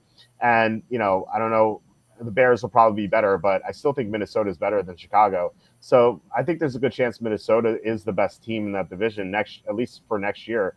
And so I just want to see what they do in free agency. But if they sign some big names, again, like Washington, that 40-1 is going to disappear very quickly. So Washington, Minnesota were the two teams I liked a lot. So I don't know if you guys thought about Minnesota. I mean, Butters, you are a Packer fan, so like, what do you think about the Vikings? I mean, I've seen year after year after year of whenever the Vikings get just way too much confidence, it just goes right to their head, and they find some way how to just crush their own dreams. And so, as a Packer fan, I love it. However, I mean, I have a lot of friends that are fans of the Vikings. They do have the talent to get there. Like you said, losing Darrisaw was a huge blow for them. It didn't seem like Hawkinson really didn't even show the ghost of himself at all this year. So I'm very, very curious to see how he shows up next year. And just, they're going to have to address their running back situation if they want to re-sign AJ, or if they want to re-sign Jones, or I guess if they want to keep Akers, I don't think he would be your long-term running back. So there's definitely a need right there for your run game. But they look like they could be a complete team. Yeah. What do you think, Nuggets? What do you think about Minnesota? Yeah, I like it. I definitely am in on it. I completely agree where you guys are at. Um, I think Minnesota is, yeah, I think the quarterback's a question. I think McCarthy, yeah, could he be the guy? Absolutely. Um, the only thing that kind of gets me, I think Butter said it best, where it's one of those things of like, who's going to be the running back? Because I mean, and Hawkinson's coming back post year 2 of ACL, right? Because this was his first year back. Mhm. And he came back late, another full season, post, rehab, continuing to get better and healthier. He could be even better. Addison kind of had a breakout year. JJ was a little quiet. So I could see it. And I think McCarthy gives him more rushing upside next year, but they're still going to need a decent running back there. Yeah. So And I'm not very, sorry to interrupt, but I'm not very high on JJ McCarthy, to be completely honest. I think I think there's a lot of people that were out there saying, "Oh, he's a national championship winning quarterback, so of course he's good." Like I've heard that from people. I'm like, really? That's how you're going to rate him? You're gonna like? I remember even having discussions with people with them say like, "Oh no, he's the best quarterback in the draft." I'm like, really? You're really gonna put him ahead of Jaden Daniels? Michael Penix. Well, I mean, he did beat Michael Penix, but I mean, he didn't have the stats in the national championship game to prove that. But it was like, I didn't see it. I mean, sure, he won a national championship, but I just didn't see it. And I mean, if he's going to come in, if he is going to start, I mean, he didn't even get it's going to be kind of his rookie year. Currently they don't have a rushing option. So how are they going to move the ball? He can't just have a quote unquote rookie quarterback throwing all over the place. I mean, he's going to get exposed. I'm not. Was he a meniscus or an ACL? I forget. I think it was ACL, if I'm not mistaken. But no, I'm not worried about their offense because like heading into the year, did you think Sam Darnold was going to be good? Like you saw what they did with Sam Darnold. And like I said before, McCarthy was Kevin O'Connell's handpicked quarterback, kind of like Bo Nix was Sean Payton's handpicked quarterback. And these guys know what they're doing with their quarterbacks. And I think if you have a great offensive line, which Minnesota does with Darisaw, and you have two great receiver, or one elite receiver, one maybe great but at least very good receiver, and you have a great tight end, like you guys are saying, running back's a question mark. But this draft class is bad, but the running back class here is actually pretty good. Mm-hmm. So they can get a decent running back. It wouldn't surprise me if they drafted 2 running backs just to make sure they get it right. If Aaron Jones leaves, like they're trying to re-sign Aaron Jones, so I don't think he's going to be that expensive. So if they re-sign Jones, who's on the older side, and they draft a running back in round 2 or 3, I think they're set offensively, and they're retaining their 2 coordinators, which it's a big deal. Brian Flores was awesome with that defense last year. If they add some more defensive talent with all that cap space that they have, like I think they're going to be a great team next year. And so I think 40-1's a steal. I definitely see them make the playoffs unless they have a ton of injuries. Like even if McCarthy's like mediocre, I still think they're going to have enough talent to get to the playoffs. So I just looked it up. McCarthy he did a full tear of his meniscus. It wasn't his ACL. Okay, interesting. Okay. So that to me says, okay, that's a shock absorber in your knee. It's not an ACL, so right. You're almost going to be 100%. Yeah. So. Yeah, for sure. So yeah, definitely. That's good to know. Came at you asking, don't the Redskins have a tougher schedule? I pulled it up here. So non-division at Atlanta, at Green Bay, at Kansas City. Those 2 are tough. As is at Chargers. They go at Miami, at the Giants, then at Eagles. The Eagles is divisional. Sorry. It's Chicago, Detroit, Denver, Raiders, Seattle. It's some tough games, some easy games. I don't think it's like overly difficult. It's not like the gauntlet that some of these teams have to go through that we were talking about earlier. But it's not like Niners cakewalk either. So it's pretty in the middle of the pack. I don't think it's like too bad. It's not going to preclude me from betting them. Have we talked about any other teams? Like Texans, that was Tom's favorite bet. Texans is 28-1 because he argued that like CJ Stroud might bounce back if they get a healthy receiving core, which they didn't have last year. They have a great defense with that elite pass rush, I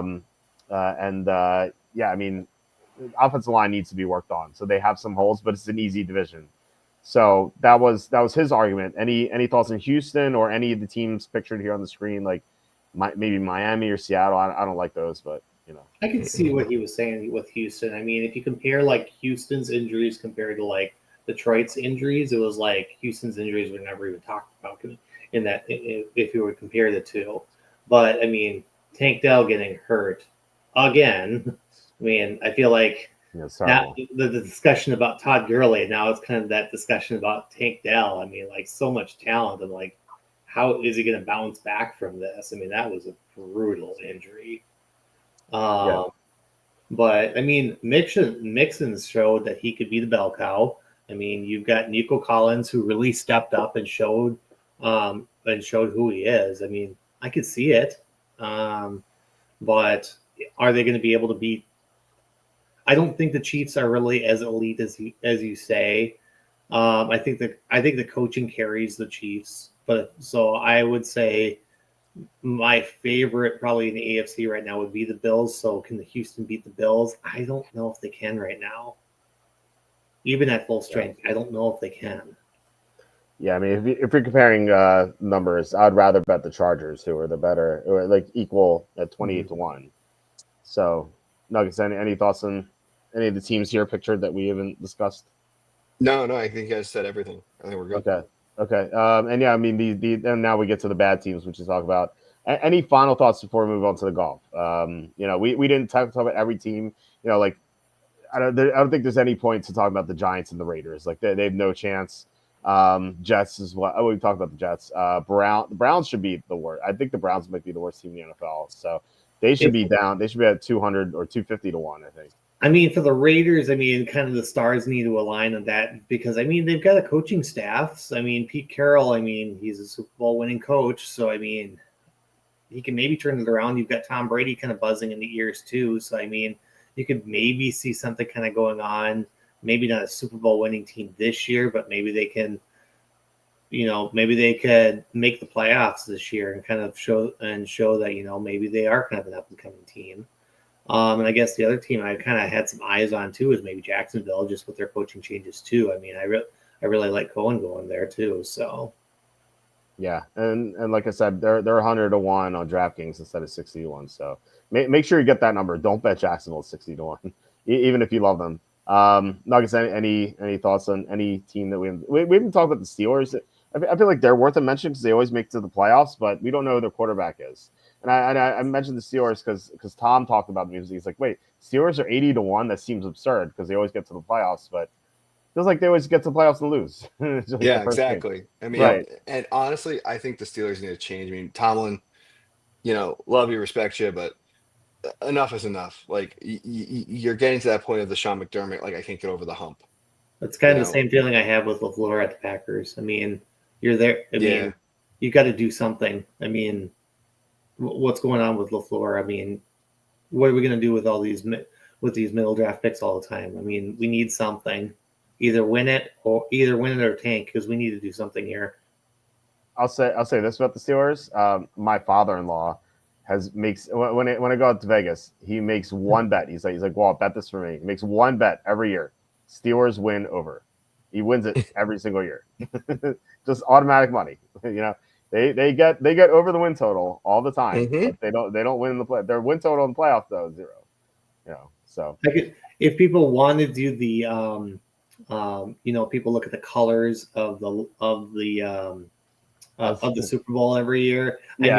People are kind of like, oh, maybe the Colts because they're blue or white. And it's like, okay, like I've seen people say like Colts versus Lions. I'm like, I don't really see that, but I'm like, if you want to see what the colors, I'm like, okay, maybe, but it's this one that I put on the screen. Yeah. I thought it was the other one over here, the one with the bridge in the background. Is that what it is? I feel like that's the official Wikipedia page. So what is this one? That's I thought it was that one. That's what I saw. I'm not sure. Like, what is? I don't know if it's on NFL.com, but yeah, if it is this one, then forget about it. I guess. Yeah. I don't even know like what team that would be, but that would actually kind of look more like Vikings versus Chargers if it was that one. Yeah, I mean, if it is, you're like, yeah, this says Lions. Vikings versus Jacksonville. Okay. Right. Well, they have the Seattle green here too. Maybe it's them. No, but this one, this looks like Lions Chargers, doesn't it? Yeah. I have like all the teams that would make sense. Like the Colts. We didn't mention the Colts, but I feel like we don't need to. Bills have blue. Bills have blue in it too. Oh So yeah, I yeah, think that's Bills. true. That's true. Yeah, it could be Lions Bills, which is definitely viable. It does not look like Redskins, unfortunately, or Niners for my bets, but yeah, I don't know. And like again, it's this one. There's some red in here for Redskins. I feel like there's every color, so Yeah. there's Well, it is in San no Francisco, so I mean, there's a yeah bunch of rainbows everywhere. right exactly. I don't know what they're gonna go for. So asking would the Texans pay for Higgins? Um, they don't have a lot of cap space, but they could clear it up. I mean, maybe I could see it. Um, I think, I feel like the Redskins can give him the most money, or maybe the Niners. But yeah, I mean, yeah, I could see Higgins going to Houston. I don't know if you guys had any idea of like where he might go. For But whatever reason, what the team that just popped in my head was Giants. Giants, okay, that There's would just be interesting with neighbors. yeah. Um, yeah, they just need a quarterback, but we'll see. Maybe they get Shador Sanders. Kim McGill says the record for the non-division teams the San Francisco lost to was 76-26. The non-division teams they played this year had a 64-123 one-loss record. Yeah, we covered that. There's why it fell from 17 to 12-1. Yeah. Here we go. Triple option football. And us growing up using Walter football a lot in the mid 2000s. Yeah, I did. I was looking at my own website, but no, I appreciate you reading for so long. Triple option football. Thank you so much. Yeah, we actually started in '99, but from '99 to 2004, the URL of the site was centralhigh.net/wchirp/football.html because I started it in high school. Like, there's Wow. no way anyone could find it. And like one day in the summer of '04, which was like a brutal time for me because I just got let go from my job that I like. And like suddenly I go home, I'm like, let me work on my website. And like my website was deleted. And so I uploaded everything. And then it got deleted again 24 hours later. And so I contacted the admin. I'm like, what is going on? Why are you deleting my website? And they go, well, I don't. Our high school server can't be affiliated with gambling a website. And so I'm like, oh, that sucks. So I had to buy a domain and get hosting, but it worked out for the best. It still kind of sucked to have that URL. And I doubt they could handle the traffic too, because that definitely. Imagine like crashing my high school server that I graduated from 25 years ago. My 25-year reunion, by the way, coming up. So it's pretty crazy. Anyway, you guys want to go into golf for the last half hour or so here? Sure. So I figured just doing because the contests are full on DraftKings, so I figured that like just pulling up the odds here, which I feel like betting golf is a lot of fun. It's fun. Yeah. It's so much fun. It makes I've told people that I've recently gotten to golf. They're like, golf, that's so boring. I'm like, dude, if you're betting on a golfer, it's the most exciting thing in the world. Or like I tell people that have never done like golf and DFS before, it's like if you've bet or if you've never, even if you've bet or have never bet before, like you're literally taking 6 players and praying because literally anything can happen. Yeah, it's basically a parlay. It's a lot of fun. Butters, you're kind of breaking up there. Oh, was I? Maybe it'll clear up in a second, but or maybe it was me. I don't know. Butters, you still there? Maybe we can try again. Yeah, I'm still here. Okay. Maybe it was on my end. So you want to keep going? No, I was just saying like it's just a lot of fun because it's like a 6-minute. It's literally like you can.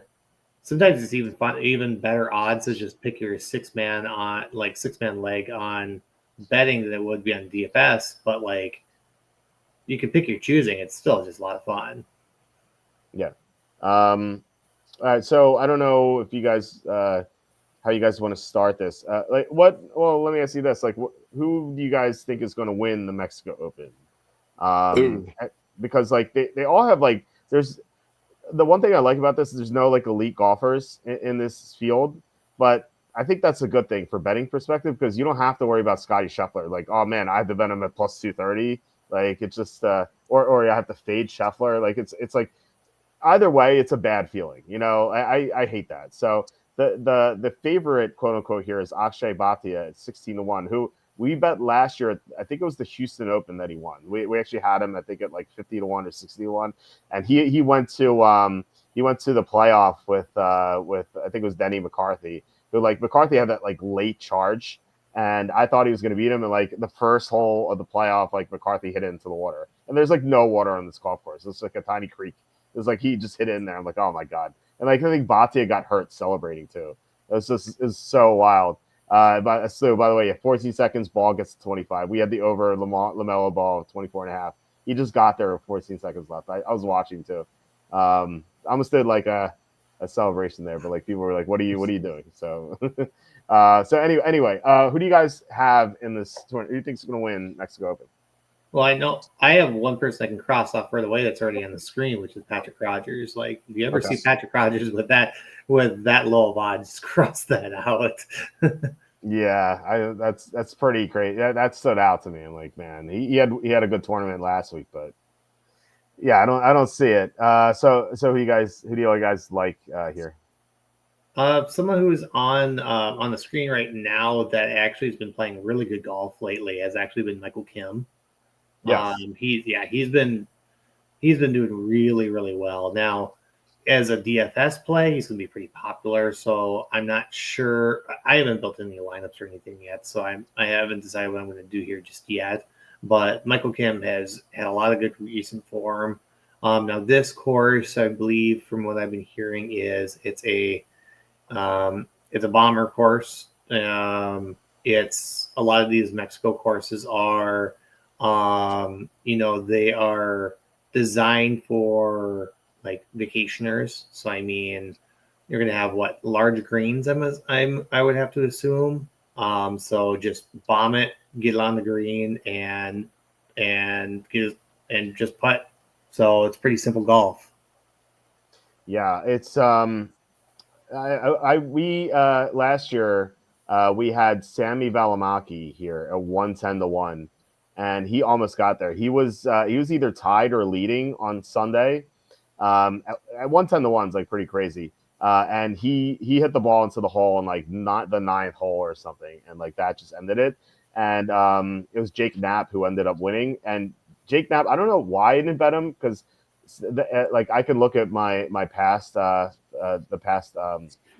metrics that I had here in my model. So for the Mexico Open in 2024. I had Sammy Valimaki 5th in my model, and I had Jake Knapp 6th. And so like why like just I was kicking myself after. I'm like, why didn't I bet Jake Knapp? I had him like right below Valimaki, and he ended up winning. I forget what his number was, but so I'm not making the same mistake again. Like I feel like I read this. My numbers for this course are pretty good. So what I did was I definitely emphasized distance. Because as you said, Butters, it is a bomber's course, and also approach. Like the irons play, I think is super important here. Like those are the only two metrics I'm really looking at. Like, yeah, I mean, obviously you want to be well-rounded and stuff, but like those two are pretty key for me. So, yeah, so you're definitely on the money there. So, you mentioned Michael Kim, like real fast. Michael Kim for me is 8th in my model. He's not his distance is not like amazing, but it's good enough to win. His irons play is really good, and he's been hot, as you said. So he's 25-1 here. I think I found him at 28-1, if I'm not mistaken. It's on the site. Nuggets, what are you thinking here? Yeah, I mean, I think you guys have really hit the nail on the head. I mean, this course is extremely long. It's the 7th longest course they play all season long. In addition to that, the green sizes are the 10th largest. So your point about average fairways and the green size, it's like you bomb it and then putt and pray, right? So when I think of bombing it, there's only one guy I can think of: Jaeger bombs. I think Steven Jaeger, the dude, he's been playing well. He's just been crushing the ball. If he can putt, he could be in the mix to win this thing. So I've already grabbed him. And I seriously, the last couple weeks, have had this like weird, I'm gonna die on this hill and I don't care with Eric Van Rooyen. Like, I know he's a little bit further down, but like the last 3 years here, he's done really well. He's been in Um, contention, yeah. he's been in contention. He actually was the first round leader last year, and then Knapp came up and got him. And the year before that, he was right behind Smotherman for first round leader. So he starts off really well. So if you want a fun like first round leader bet, EVR might be your good target. But I like him. If we look at some other guys, I think Kim is a great call out.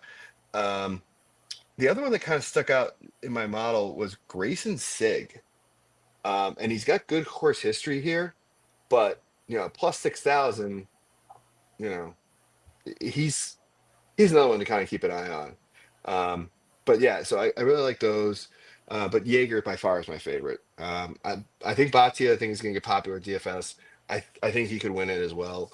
But I could just see something like that where they just come out and have a day. So Now one thing there has been kind of a little bit of a trend, but now we've got a lot of golfers that it's a lot of non-name golfers. Like one thing I wanted to mention, like Knapp. A lot of people don't know who he is, but if you were to search and just like watch him golf, he is so relaxed. It's like you watch him golf, it's like, my gosh, just relaxed, just hitting dimes and everything. It's like, wow, just fun though, fun to just watch him. But he's like the most tipped golfer. Like, and one thing that we've kind of seen throughout this entire season. Now, again, we've had a lot of named golfers. This is the first one this year that we don't. That it seems like most of the most tipped golfers aren't in contention. And so I'll read off who your most tipped golfers are at the moment, which is Knapp. Is it Potgeier? I can't pronounce I it. call him Poltergeist. Yeah, there you go. yeah, he is steaming up like the wazoo right now. Wow, that's crazy. 55 Yeah. Nikolai Holgaard, Smalley, Sevenson. I think is it Jaeger Segenson? Says Jesper. Batia, and then Ventura. Okay. I haven't heard anything about Ventura. Yeah, he's getting steamed up. Chris Ventura, 90-1. What was that list you said? Do you want to explain what you mean by that? It was just the most tipped that most people are just betting on. Oh, okay. Yeah, like if you were to search Twitter and just like who are all like the touts doing and everything, it's like those are your most tipped golfers that people are saying like this is who I'm betting on. Okay. I usually I feel like there's so much variance in golf that I feel like anyone who's being steamed like that is like I feel like I just want to stay away from them. Yeah, that's probably going to be my strategy this week. Yeah, you're getting diminished numbers here, and like I said, anything can happen in golf. Like it's a crazy variance sport. Even if you can diagnose the course pretty well. So these golfers, because there's a lot of no names. Sorry to interrupt. Oh no. Many of these golfers that aren't even here, that they're like no names. This is their time to say like, hey, I can get a win on the tour. Yeah, I mean, last year we had Tony Finau here, and like he's not even here. So it is. This is one of the weaker fields. We'll see. I personally have in my model number one is Ramses Højgaard. Højgaard, yeah. Yeah, he bombs like the heck out of the ball, and you can even look at the metrics on Data Golf, which I like to use. It's Erasmus. I call him Ramses. Rasmus and his twin brother here too. Yeah. I believe it. Is his twin? Yeah. They're about the same age. Yeah. Look at this distance and approach I was talking about. Those two metrics that you're looking at, like these two numbers, say to me that he should do well here. He had 12th at the Phoenix Open. As you're talking about bombing the ball. Look at this distance; it's insane. He only had one bad approach tournament so far this year. I don't know what happened to him. The Gents Invitational. I bet him last week, he got caught with like the worst weather on Thursday. He just so I wouldn't hold that against him. Yeah, it just sucks that he had such a bad tournament, but he had a lot of bad luck, and I think he could bounce back. Like having this like 2 days of rest because he didn't make the cut, I think could definitely help him here. So he was first in my model. The number 2 guy in my model was Kurt Kitayama, who is also a big bomber and who is really good with his irons. So I think he's good at 20-1. I think I found 22-1 with him. And with Højgaard, I found 20-1, and I was able to use a 50% profit boost to get him to 31. And then I saw something funny on Kurt Kitayama here. I think it was Kurt Kitayama today on Twitter. I think it was him that posted something about like he went to the porta potty after one of his holes. I think it was last week, and he overheard his caddy say like, pull up a map of the United States. He's like, there's like literally no like. The hazard, it says, don't hit to the left, and he hits to the left. So literally his ball, the United States is everywhere compared to where his ball landed. It was like laughing in the porta potty. That's funny. Yeah. So anyway, so to round up my top 3 in my model, so the twin brother Nikolai Højgaard is number 3 as well. So like he's like a slightly worse version of his brother. But he's still pretty good, and he's had some good finishes before. So 40-1 for me, I think is pretty good. Who else do you guys want to talk about here? Because there are a few longer shots that I like to.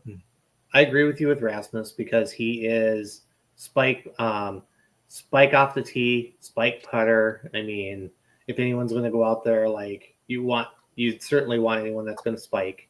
But again, with the names on this field, anyone can really win. So I mean, even though there's odds on this, I feel like you can be comfortable taking a long shot. So just go with your gut this week. Nuggets, I think you wanted to say something. No, I'm playing single dad this week, so I got a kiddo that's trying to give me some trouble. So if I hop off, just bear with me. Okay. Okay. Any longer shots you guys are looking at here, or like maybe something in the mid range? Good. I do have a long shot. I can't remember what his odds are. Let me look here.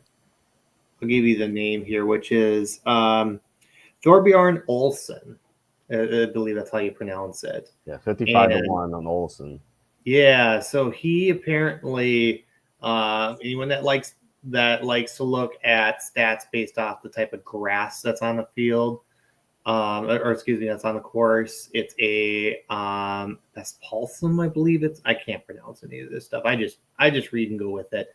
But it's the grass that's used on a lot of the World Tour or the I believe it's like in Saudi Arabia, and I think it's that he's got over the past. What was his tweet though? I was reading earlier this week. He's top 10 in 2 years for all the performances on this type of grass.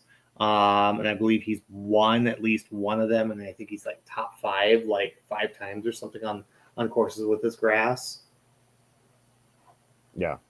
I mean, yeah, that's definitely interesting. I didn't really consider him just to like pull up his numbers. It's Olesen.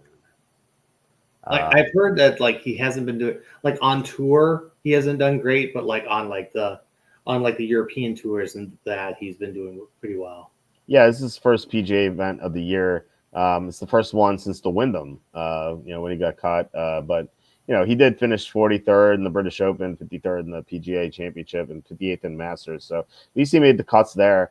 And this is obviously a much easier field than because when you have the majors, you have not only do you have Scotty and Rory and Xander, et cetera, you also have the guys from Live too. So it's going to be a lot easier for him here. And as you said, he was doing well at the European tour, but we'll see what happens. He's pretty well rounded, as you can see here.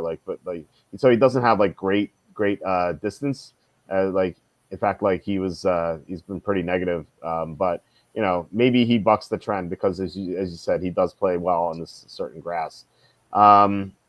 Nuggets, any long shots for you or anything in the mid tier? I mean, the one name that kept popping in my model that was kind of weird was Highsmith. Okay. Why do you like him? And well, he's bombing it. The model likes him. I think it's one of those guys. It's just like I could see him doing well. I know that sounds kind of a weird justification, but like I'm playing him in DFS, and it kind of looks like I'm not playing anybody below 7K in any of my DFS lineups. So I think like the Highsmith, the EVRs, Grayson Sig, those kind of ones for me, I really like this week. So that's where I'm going. So I have someone that I know that you like that you like to target in showdowns. are you gonna say Putnam? No, nope. Well, Sepulon is not in this field, so I'm curious to hear. Okay, so he's plus 35,000 to 1, or it's plus, excuse me, plus 35,000. And he's someone that I know that you target every once in a while. David Skins. Oh my God, the Skins. And he's 6,300. 400 to 1 here. I crushed with David Skins in a first round leader bet. Oh, I might go back to him. Oh, I didn't know he was in this.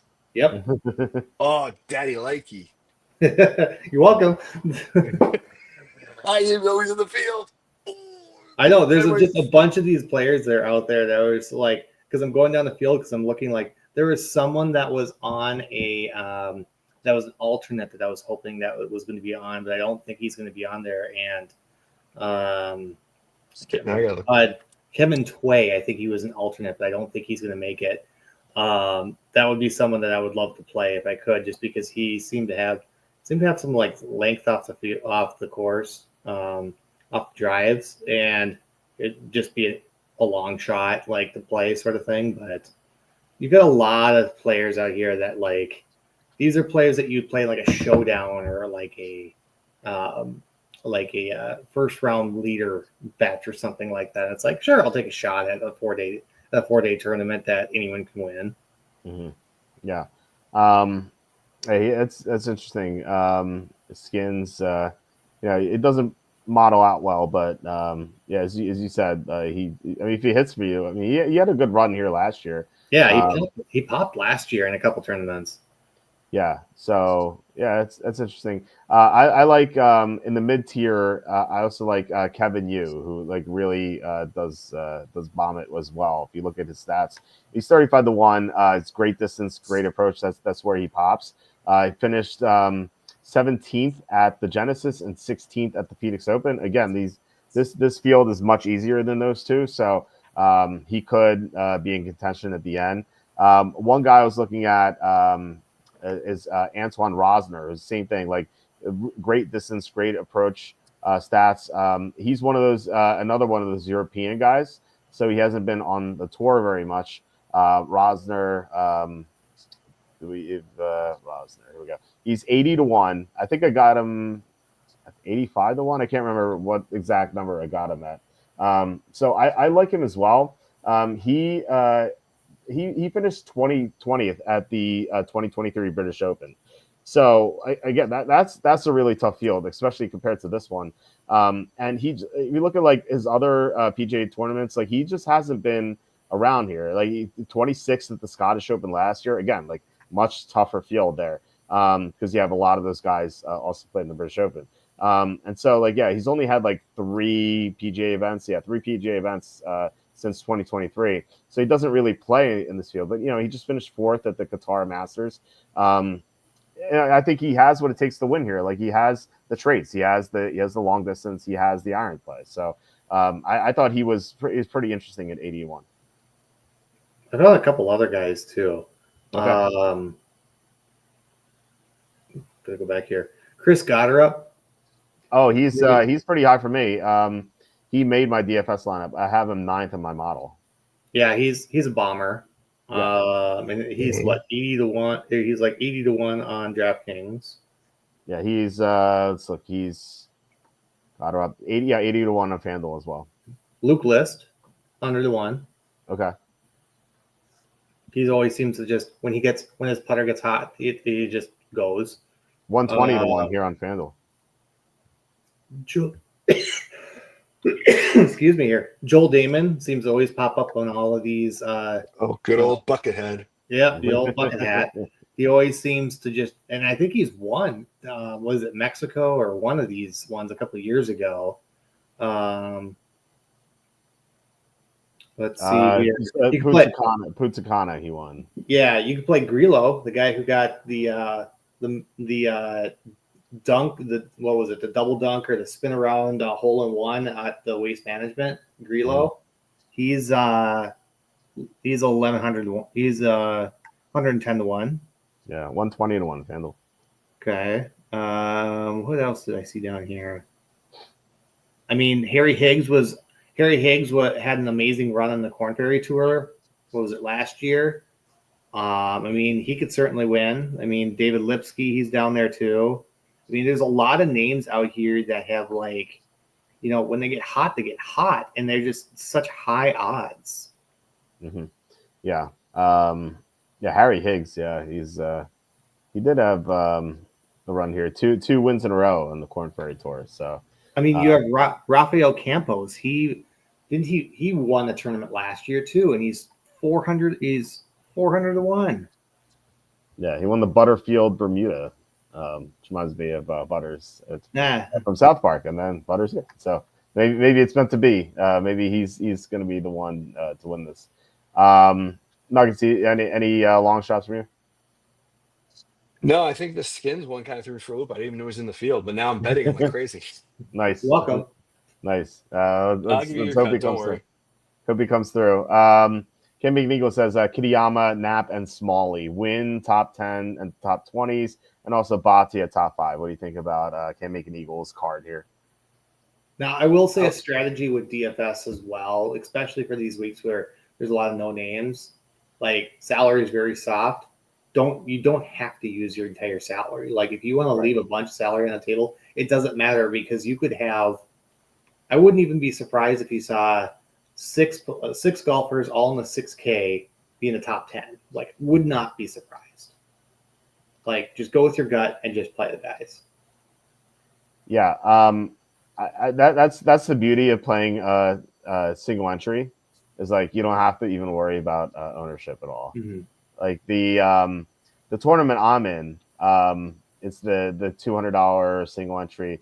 I think there are only like 600 people in it, so you don't like really have to worry about ownership at all, like whatsoever.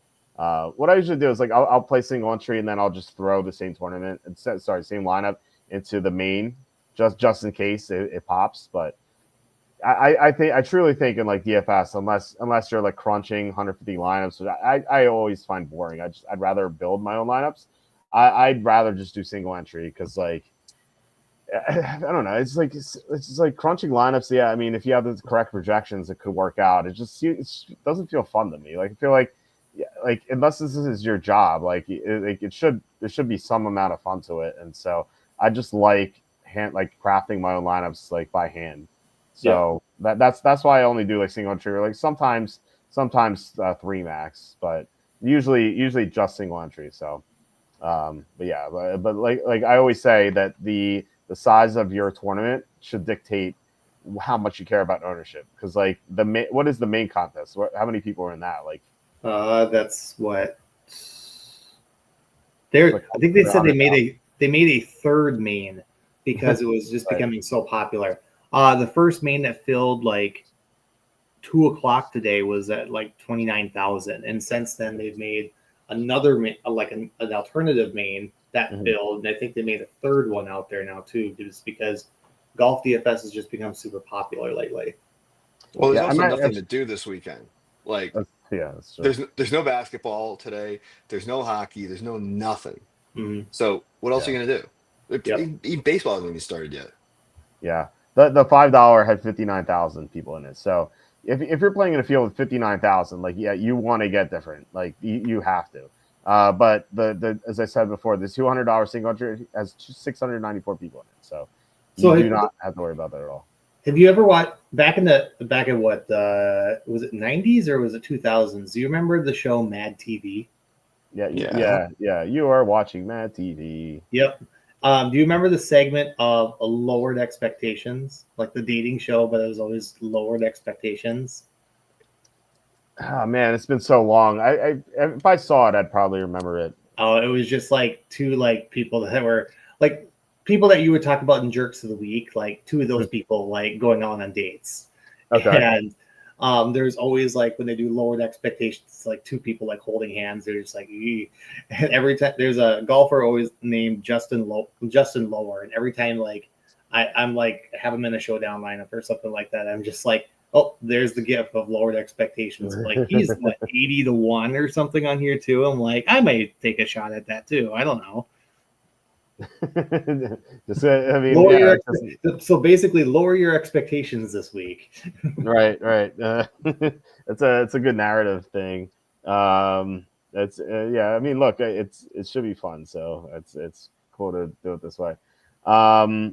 Any final thoughts there? I feel like we talked about our top plays. I'll say my top 10 in my model. Would do that. First is Rasmus Højgaard. Number 2, Kurt Kitayama. Number 3, Nikolai Højgaard. Number 4, Kevin Yu. Number 5, Antoine Rosner. Number 6, Vincent Norman, who I took a small shot on at 100-1. Number 7, Nicholas Norgard Mahler. I don't know why, I thought it was just Norgard before, but now it's Mahler too. Number 8, Michael Kim. We talked about him. I like Kim as well. He's been hot. Number 9, Chris Gotterup. And then number 10, Aldrich Poltergeist. And then I have Jaeger at number 11, but I think that's wrong. I feel like the distance metric on Jaeger on draft data is wrong because he had last year he wasn't bombing it as much, and this year he has been bombing it. So I think the numbers might be skewed, which kind of scares me because I don't have any exposure to him. So maybe I don't know if I see him doing well, maybe I'll put a small bet on it. But yeah, any final thoughts on this or really the NFL? We had a couple comments here. Draft is supposedly weak because of the quarterbacks and receivers. Opposite of last year, was loaded at running back, tight end, defensive line, corner. So it doesn't look that weak to me. Yeah, you're right, Mike. There are some very strong positions. I just think overall, there aren't that many first round caliber prospects. I think they're some sources told Charlie they only had 13 or 14 first round grades on players, which it's good change because of the combine. There might be some things that change it. So yeah, I don't know. But yeah, it is definitely not as strong as it was last year, at least not at the top. And Sue saying, any of you playing the USA Canada Slugfest tomorrow, and is Nuggets attending the game? Actually, I have tickets. Nice. that I won because I went to the Fan Fest over the weekend and entered a contest that Verizon had, and I found out the other day I won them. However, I'm seriously debating selling them. But yeah, because they're kind of nosebleedy-ish, but Okay. for how much the town is talking about it, you almost need to. And yes, I am playing the Slugfest. It's actually been one of my more. I never play Hockey Showdown, but it's been really profitable for me for the tournament, especially with around I had Kreider anytime goal scorer the other day plus 550, Mhm. and Kreider's actually a Boxborough guy. You want to mute.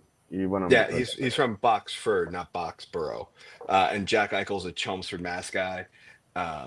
So the local ties here with the team have been really interesting. So yeah, it's been a lot of fun. And it's been very profitable, so I can't complain. Nice. I am not playing it. I don't know if you guys do you have any betting thoughts on this? I You think think it's like a Canada's good at it? 3-1. It's like a 3-1 game or like a 4-1 game. It's going to be a close game. Hellebuck's been nails in goal. Bennington is still a sieve. Um, in all honesty, I could, 3-1, 4-1. Could I see? I can't see the U.S. giving up more than 3 goals.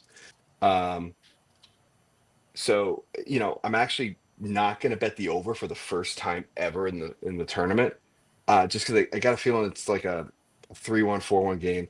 But that's not to say I couldn't see this going 5-5 into overtime. This game could easily do that. These teams are so skilled, matched. It's just the difference in net. between Bennington and Hellebuck. Helly getting some rest, I think, definitely helped because they played Ottinger in the game against Finland. And I also think because they lost, they might have a bug up their ass now where they're really pissed. Yeah. Brady is still questionable. Quinn Hughes did not make it out. So they did call up Brett Pesci and Tage Thompson from Buffalo because in case Brady doesn't go, they're going to put Tage in if uh, uh, um, if they decide to get rid of Sanderson and go with Pesci, which I don't agree with, he might come in too. So it's also a question of McCarr's health because he was questionable as well. But he was on the ice practicing today. Matthew Kachuk was back on the ice practicing today, along with Austin Matthews. So I expect the team to just go nails. I think it's going to be a fist fight right at the beginning. I highly doubt it. End of the game, I could see it. Yeah, I was just going to ask you what are your thoughts on how many fights are going to happen? Yeah, I honestly, I mean, I think the way they've been saying is that like all the things, all the sound bites I've been hearing is like we're here for country, we're not here for fights. Like the fights was in the round robin because we knew we were going to beat everybody. So yeah, I could just see I don't see as many craziness like we saw in the first matchup. Will there be hits? Yes. Will there be hard hits? Yes. Will somebody take a stupid penalty and maybe try to get a roughing or an instigator call? I could see that too. I just don't see 3 fights breaking out in 9 seconds ever again. Yeah, you mentioned a lot of names. Like for all I know, you could have made up all of them. Sorry, hockey's like my thing, man. I mean, like I know. Yeah, I know you play DraftKings hockey and everything. Like I don't know any of these guys. Like you're just throwing names like that, right? Like you could have just made up 20 people, and like I wouldn't know any better. So what's interesting, so Sidney Crosby, until the game against the US, was 27-0 in international competition. So every game that Sidney Crosby on Team Canada has played in, they've won. And the first time he ever lost was against the US in this tournament. That's crazy. That was a crazy stat, yeah. But I'm building my lineups like 4-2 US build. I'm debating on whether I'm putting Helly in or not. It's a question of like how many shots are you gonna get? Because these guys, something about like the US crest and the Canadian, like there are more block shots I've seen in this tournament than I've seen all season long in NHL DFS. Like guys are just going right into pucks. They don't care. They're just diving everywhere. It's got this Olympic feel to it. I think I could see something like that. So I don't know if Helly gets there on volume. So that's why I question playing him. Like Helly would have to get a shutout in order for him to be in an optimal lineup, unless like Canada shoots on him like 40 times, right? But then you're going to overtime anyway. So it depends on what your game script is. But if your game script is like the game's 5-5, that means Helly's giving up minus 30 points just on goals. Like it gets a little, it becomes like, do you play him or do you fade him? And for me, most of my builds are going to be a fade of Helly. So okay, interesting. I don't know who Helly is, but I'll take your word for it. He's probably the best goalie in the league. He won the Vezina Trophy, which is for the best goalie of the season. He won it last year. He's the odds-on favorite to win it again this year. I think he's like minus like 1,000 right now. It's something ridiculous with him. Yeah, should have pulled up the odds. The money is minus 110 both ways. Yeah, I do like. I mean, and like I said, 3-1 game under's nice. What would be first goal? Do they have players for first goal? So they have anytime goal scorers. First goals are so tough, so tough. But anytime, like McKinnon just had a killer game. Kachuk, like you want to get some correlation, right? So like when I saw that like Jack Hughes was with not Jack Hughes, with Jack Eichel was up with Kreider. Kreider's odds were insanely high, and also Kreider got moved up from the fourth line to the first line, and he also got moved to the first line power play as well. So that right there, you're getting huge value at plus 550 on a guy who's on the top line and he's on the top power play. Like you were getting stupid money to do that because you look at some other guys like Brad Marchand at plus 600. He plays on the third line, doesn't even play on the power play. Like a Jake Getzel, I would look at plus 320. He's first line and he's top power play. Brady, he's the question mark right now. I think there was what was the post I saw? Oh, I'm gonna geek out now.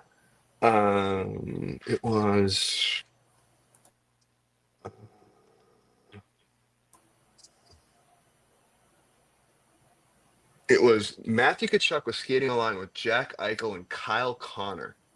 Connor hasn't done anything this tournament. At plus 500, I don't hate it.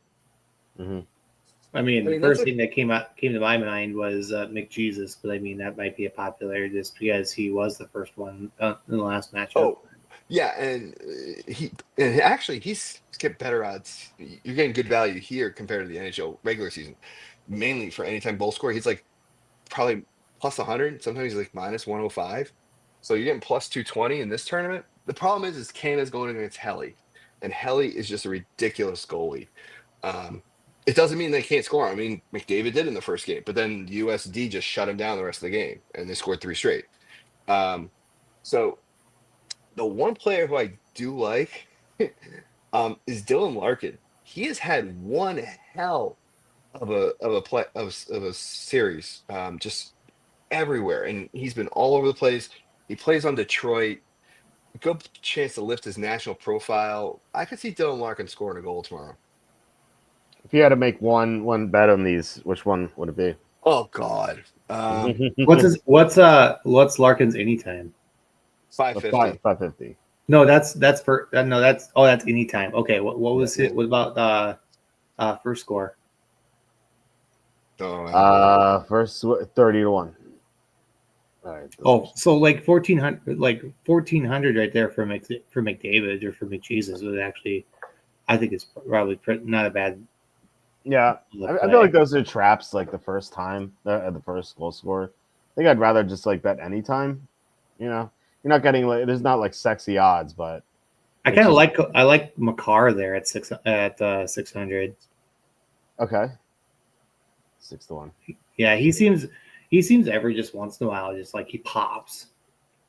Yeah, the problem is they play against Winnipeg in the regular season, and he just is he's an assist machine. He doesn't score very often against Winnipeg. And this defense is way better than Winnipeg's defense. Between Slavin, Werenski, Sanderson, I mean, they've just been nuts. I mean, McAvoy being out, whatever, fine. And if they bring in Pesci for Sanderson or, I could see that. You mentioned Sidney Crosby too. I mean, 350 there. I mean, on a game where he was now 20 to 1 now. I mean, maybe that's when he scores a goal. Is there anything for like power play points, or because they have them like usually on Caesars, but they don't have anything? Yeah, points and assists. Is there anything there like plus 1 points? No. Goal leader, quarter point? No. Assist? No. There's nothing for power plays. Yeah. Because those are really fun because like if your guy passes the puck in the power play and he gets credit for an assist, like the plus money is ridiculous. And that's been really profitable for me this year. But who's the one that's been shooting a ton? Left wingers. Our defense against left wingers sucks. So if you're looking at left wingers, I would look at like a Braden Point, Crosby, Hagel. I would look at those guys. Hagel scored a couple of goals. I could see him doing another one tomorrow. What's his number? How do you spell it? No, there he is. He's plus 550. There we go. Hagel, he's not on the second power play though. Because I like always having guys that have like double jeopardy, for lack of better words. Is that how you approach DFS hockey? Do you stack lines, but like how do you stack versus like regular lines and power play lines, or do you try to do both? Well, usually the power plays are together, right? So like most guys, some teams play like the top line, they'll also play the top power play. And then they bring up like 1D instead of 2Ds, right? So they'll bring up a winger from like the second line. Or they'll bring up In some cases, they bring up a winger from like the fourth line, like Florida does every once in a while. So it really depends. Like, yeah, I usually do like either a center, a winger, and a D, or I'll do like a center and two wingers, or I'll do two wingers and a D. Right. So I Okay. get that correlation as long as they are on the first line and the top power play, or even the second power play, because they're going to get at least 45 to 50 seconds. Or hell, they might even start the power play and get, because maybe the first team was out there, drew the penalty. Then the second power play two has to come out because those guys need a break, and they get that minute 10, minute 20 out there. So power play two guys, you get even better money on them. So um, don't ever play Mitch Marner, I'll tell you that much, because he's just a bitch. Power play two. So the Kyle Connor, I go back to it, right? Right now he's scheduled to be on power play two. And if he gets moved up to line two with Jack Eichel and Kachuk, plus 500, you could do worse. So, you know what? F it. I would say Kyle Connor. That's your He has top play. I think that's my one guy. I feel confident. You know, he would. It's either him or Larkin, but I would say I'm going to bet on both anyway. Nice.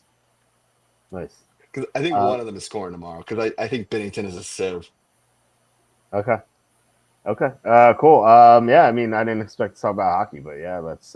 I even forgot that this game was going to happen, but apparently, it is the thing. And NBA is coming back tomorrow. I mean, we had one game on tonight for some. I don't know why, but yeah, we have all these games tomorrow. So going to get back to handicapping the NBA. Like I said, we had LaMelo Ball over points tonight, which hit. I didn't like the side. I said I'd lean Charlotte, and Charlotte just won as a 13-point underdog. So maybe I should have bet Charlotte too. But yeah, we'll have a side and a prop tomorrow too. Any final thoughts? Because we're ahead of 2 hours here. Any final thoughts before we head out? Butters and Nuggets. No, I think I'm good. Okay. Nuggets. Anything? I just really want Washington to come. I got Washington minus 2.5, and it's not looking good right now because they just went into overtime. Oh, okay. All right. Well, we'll see. Hopefully that can work out. All right, guys. Thank you so much for watching and commenting. Really appreciate it. Gonna be back tomorrow. Gonna have a different guest on, and we're gonna be talking about some other stuff. We'll see what happens. We've had this guest on before, and it's gotten a little crazy sometimes. So looking forward to it.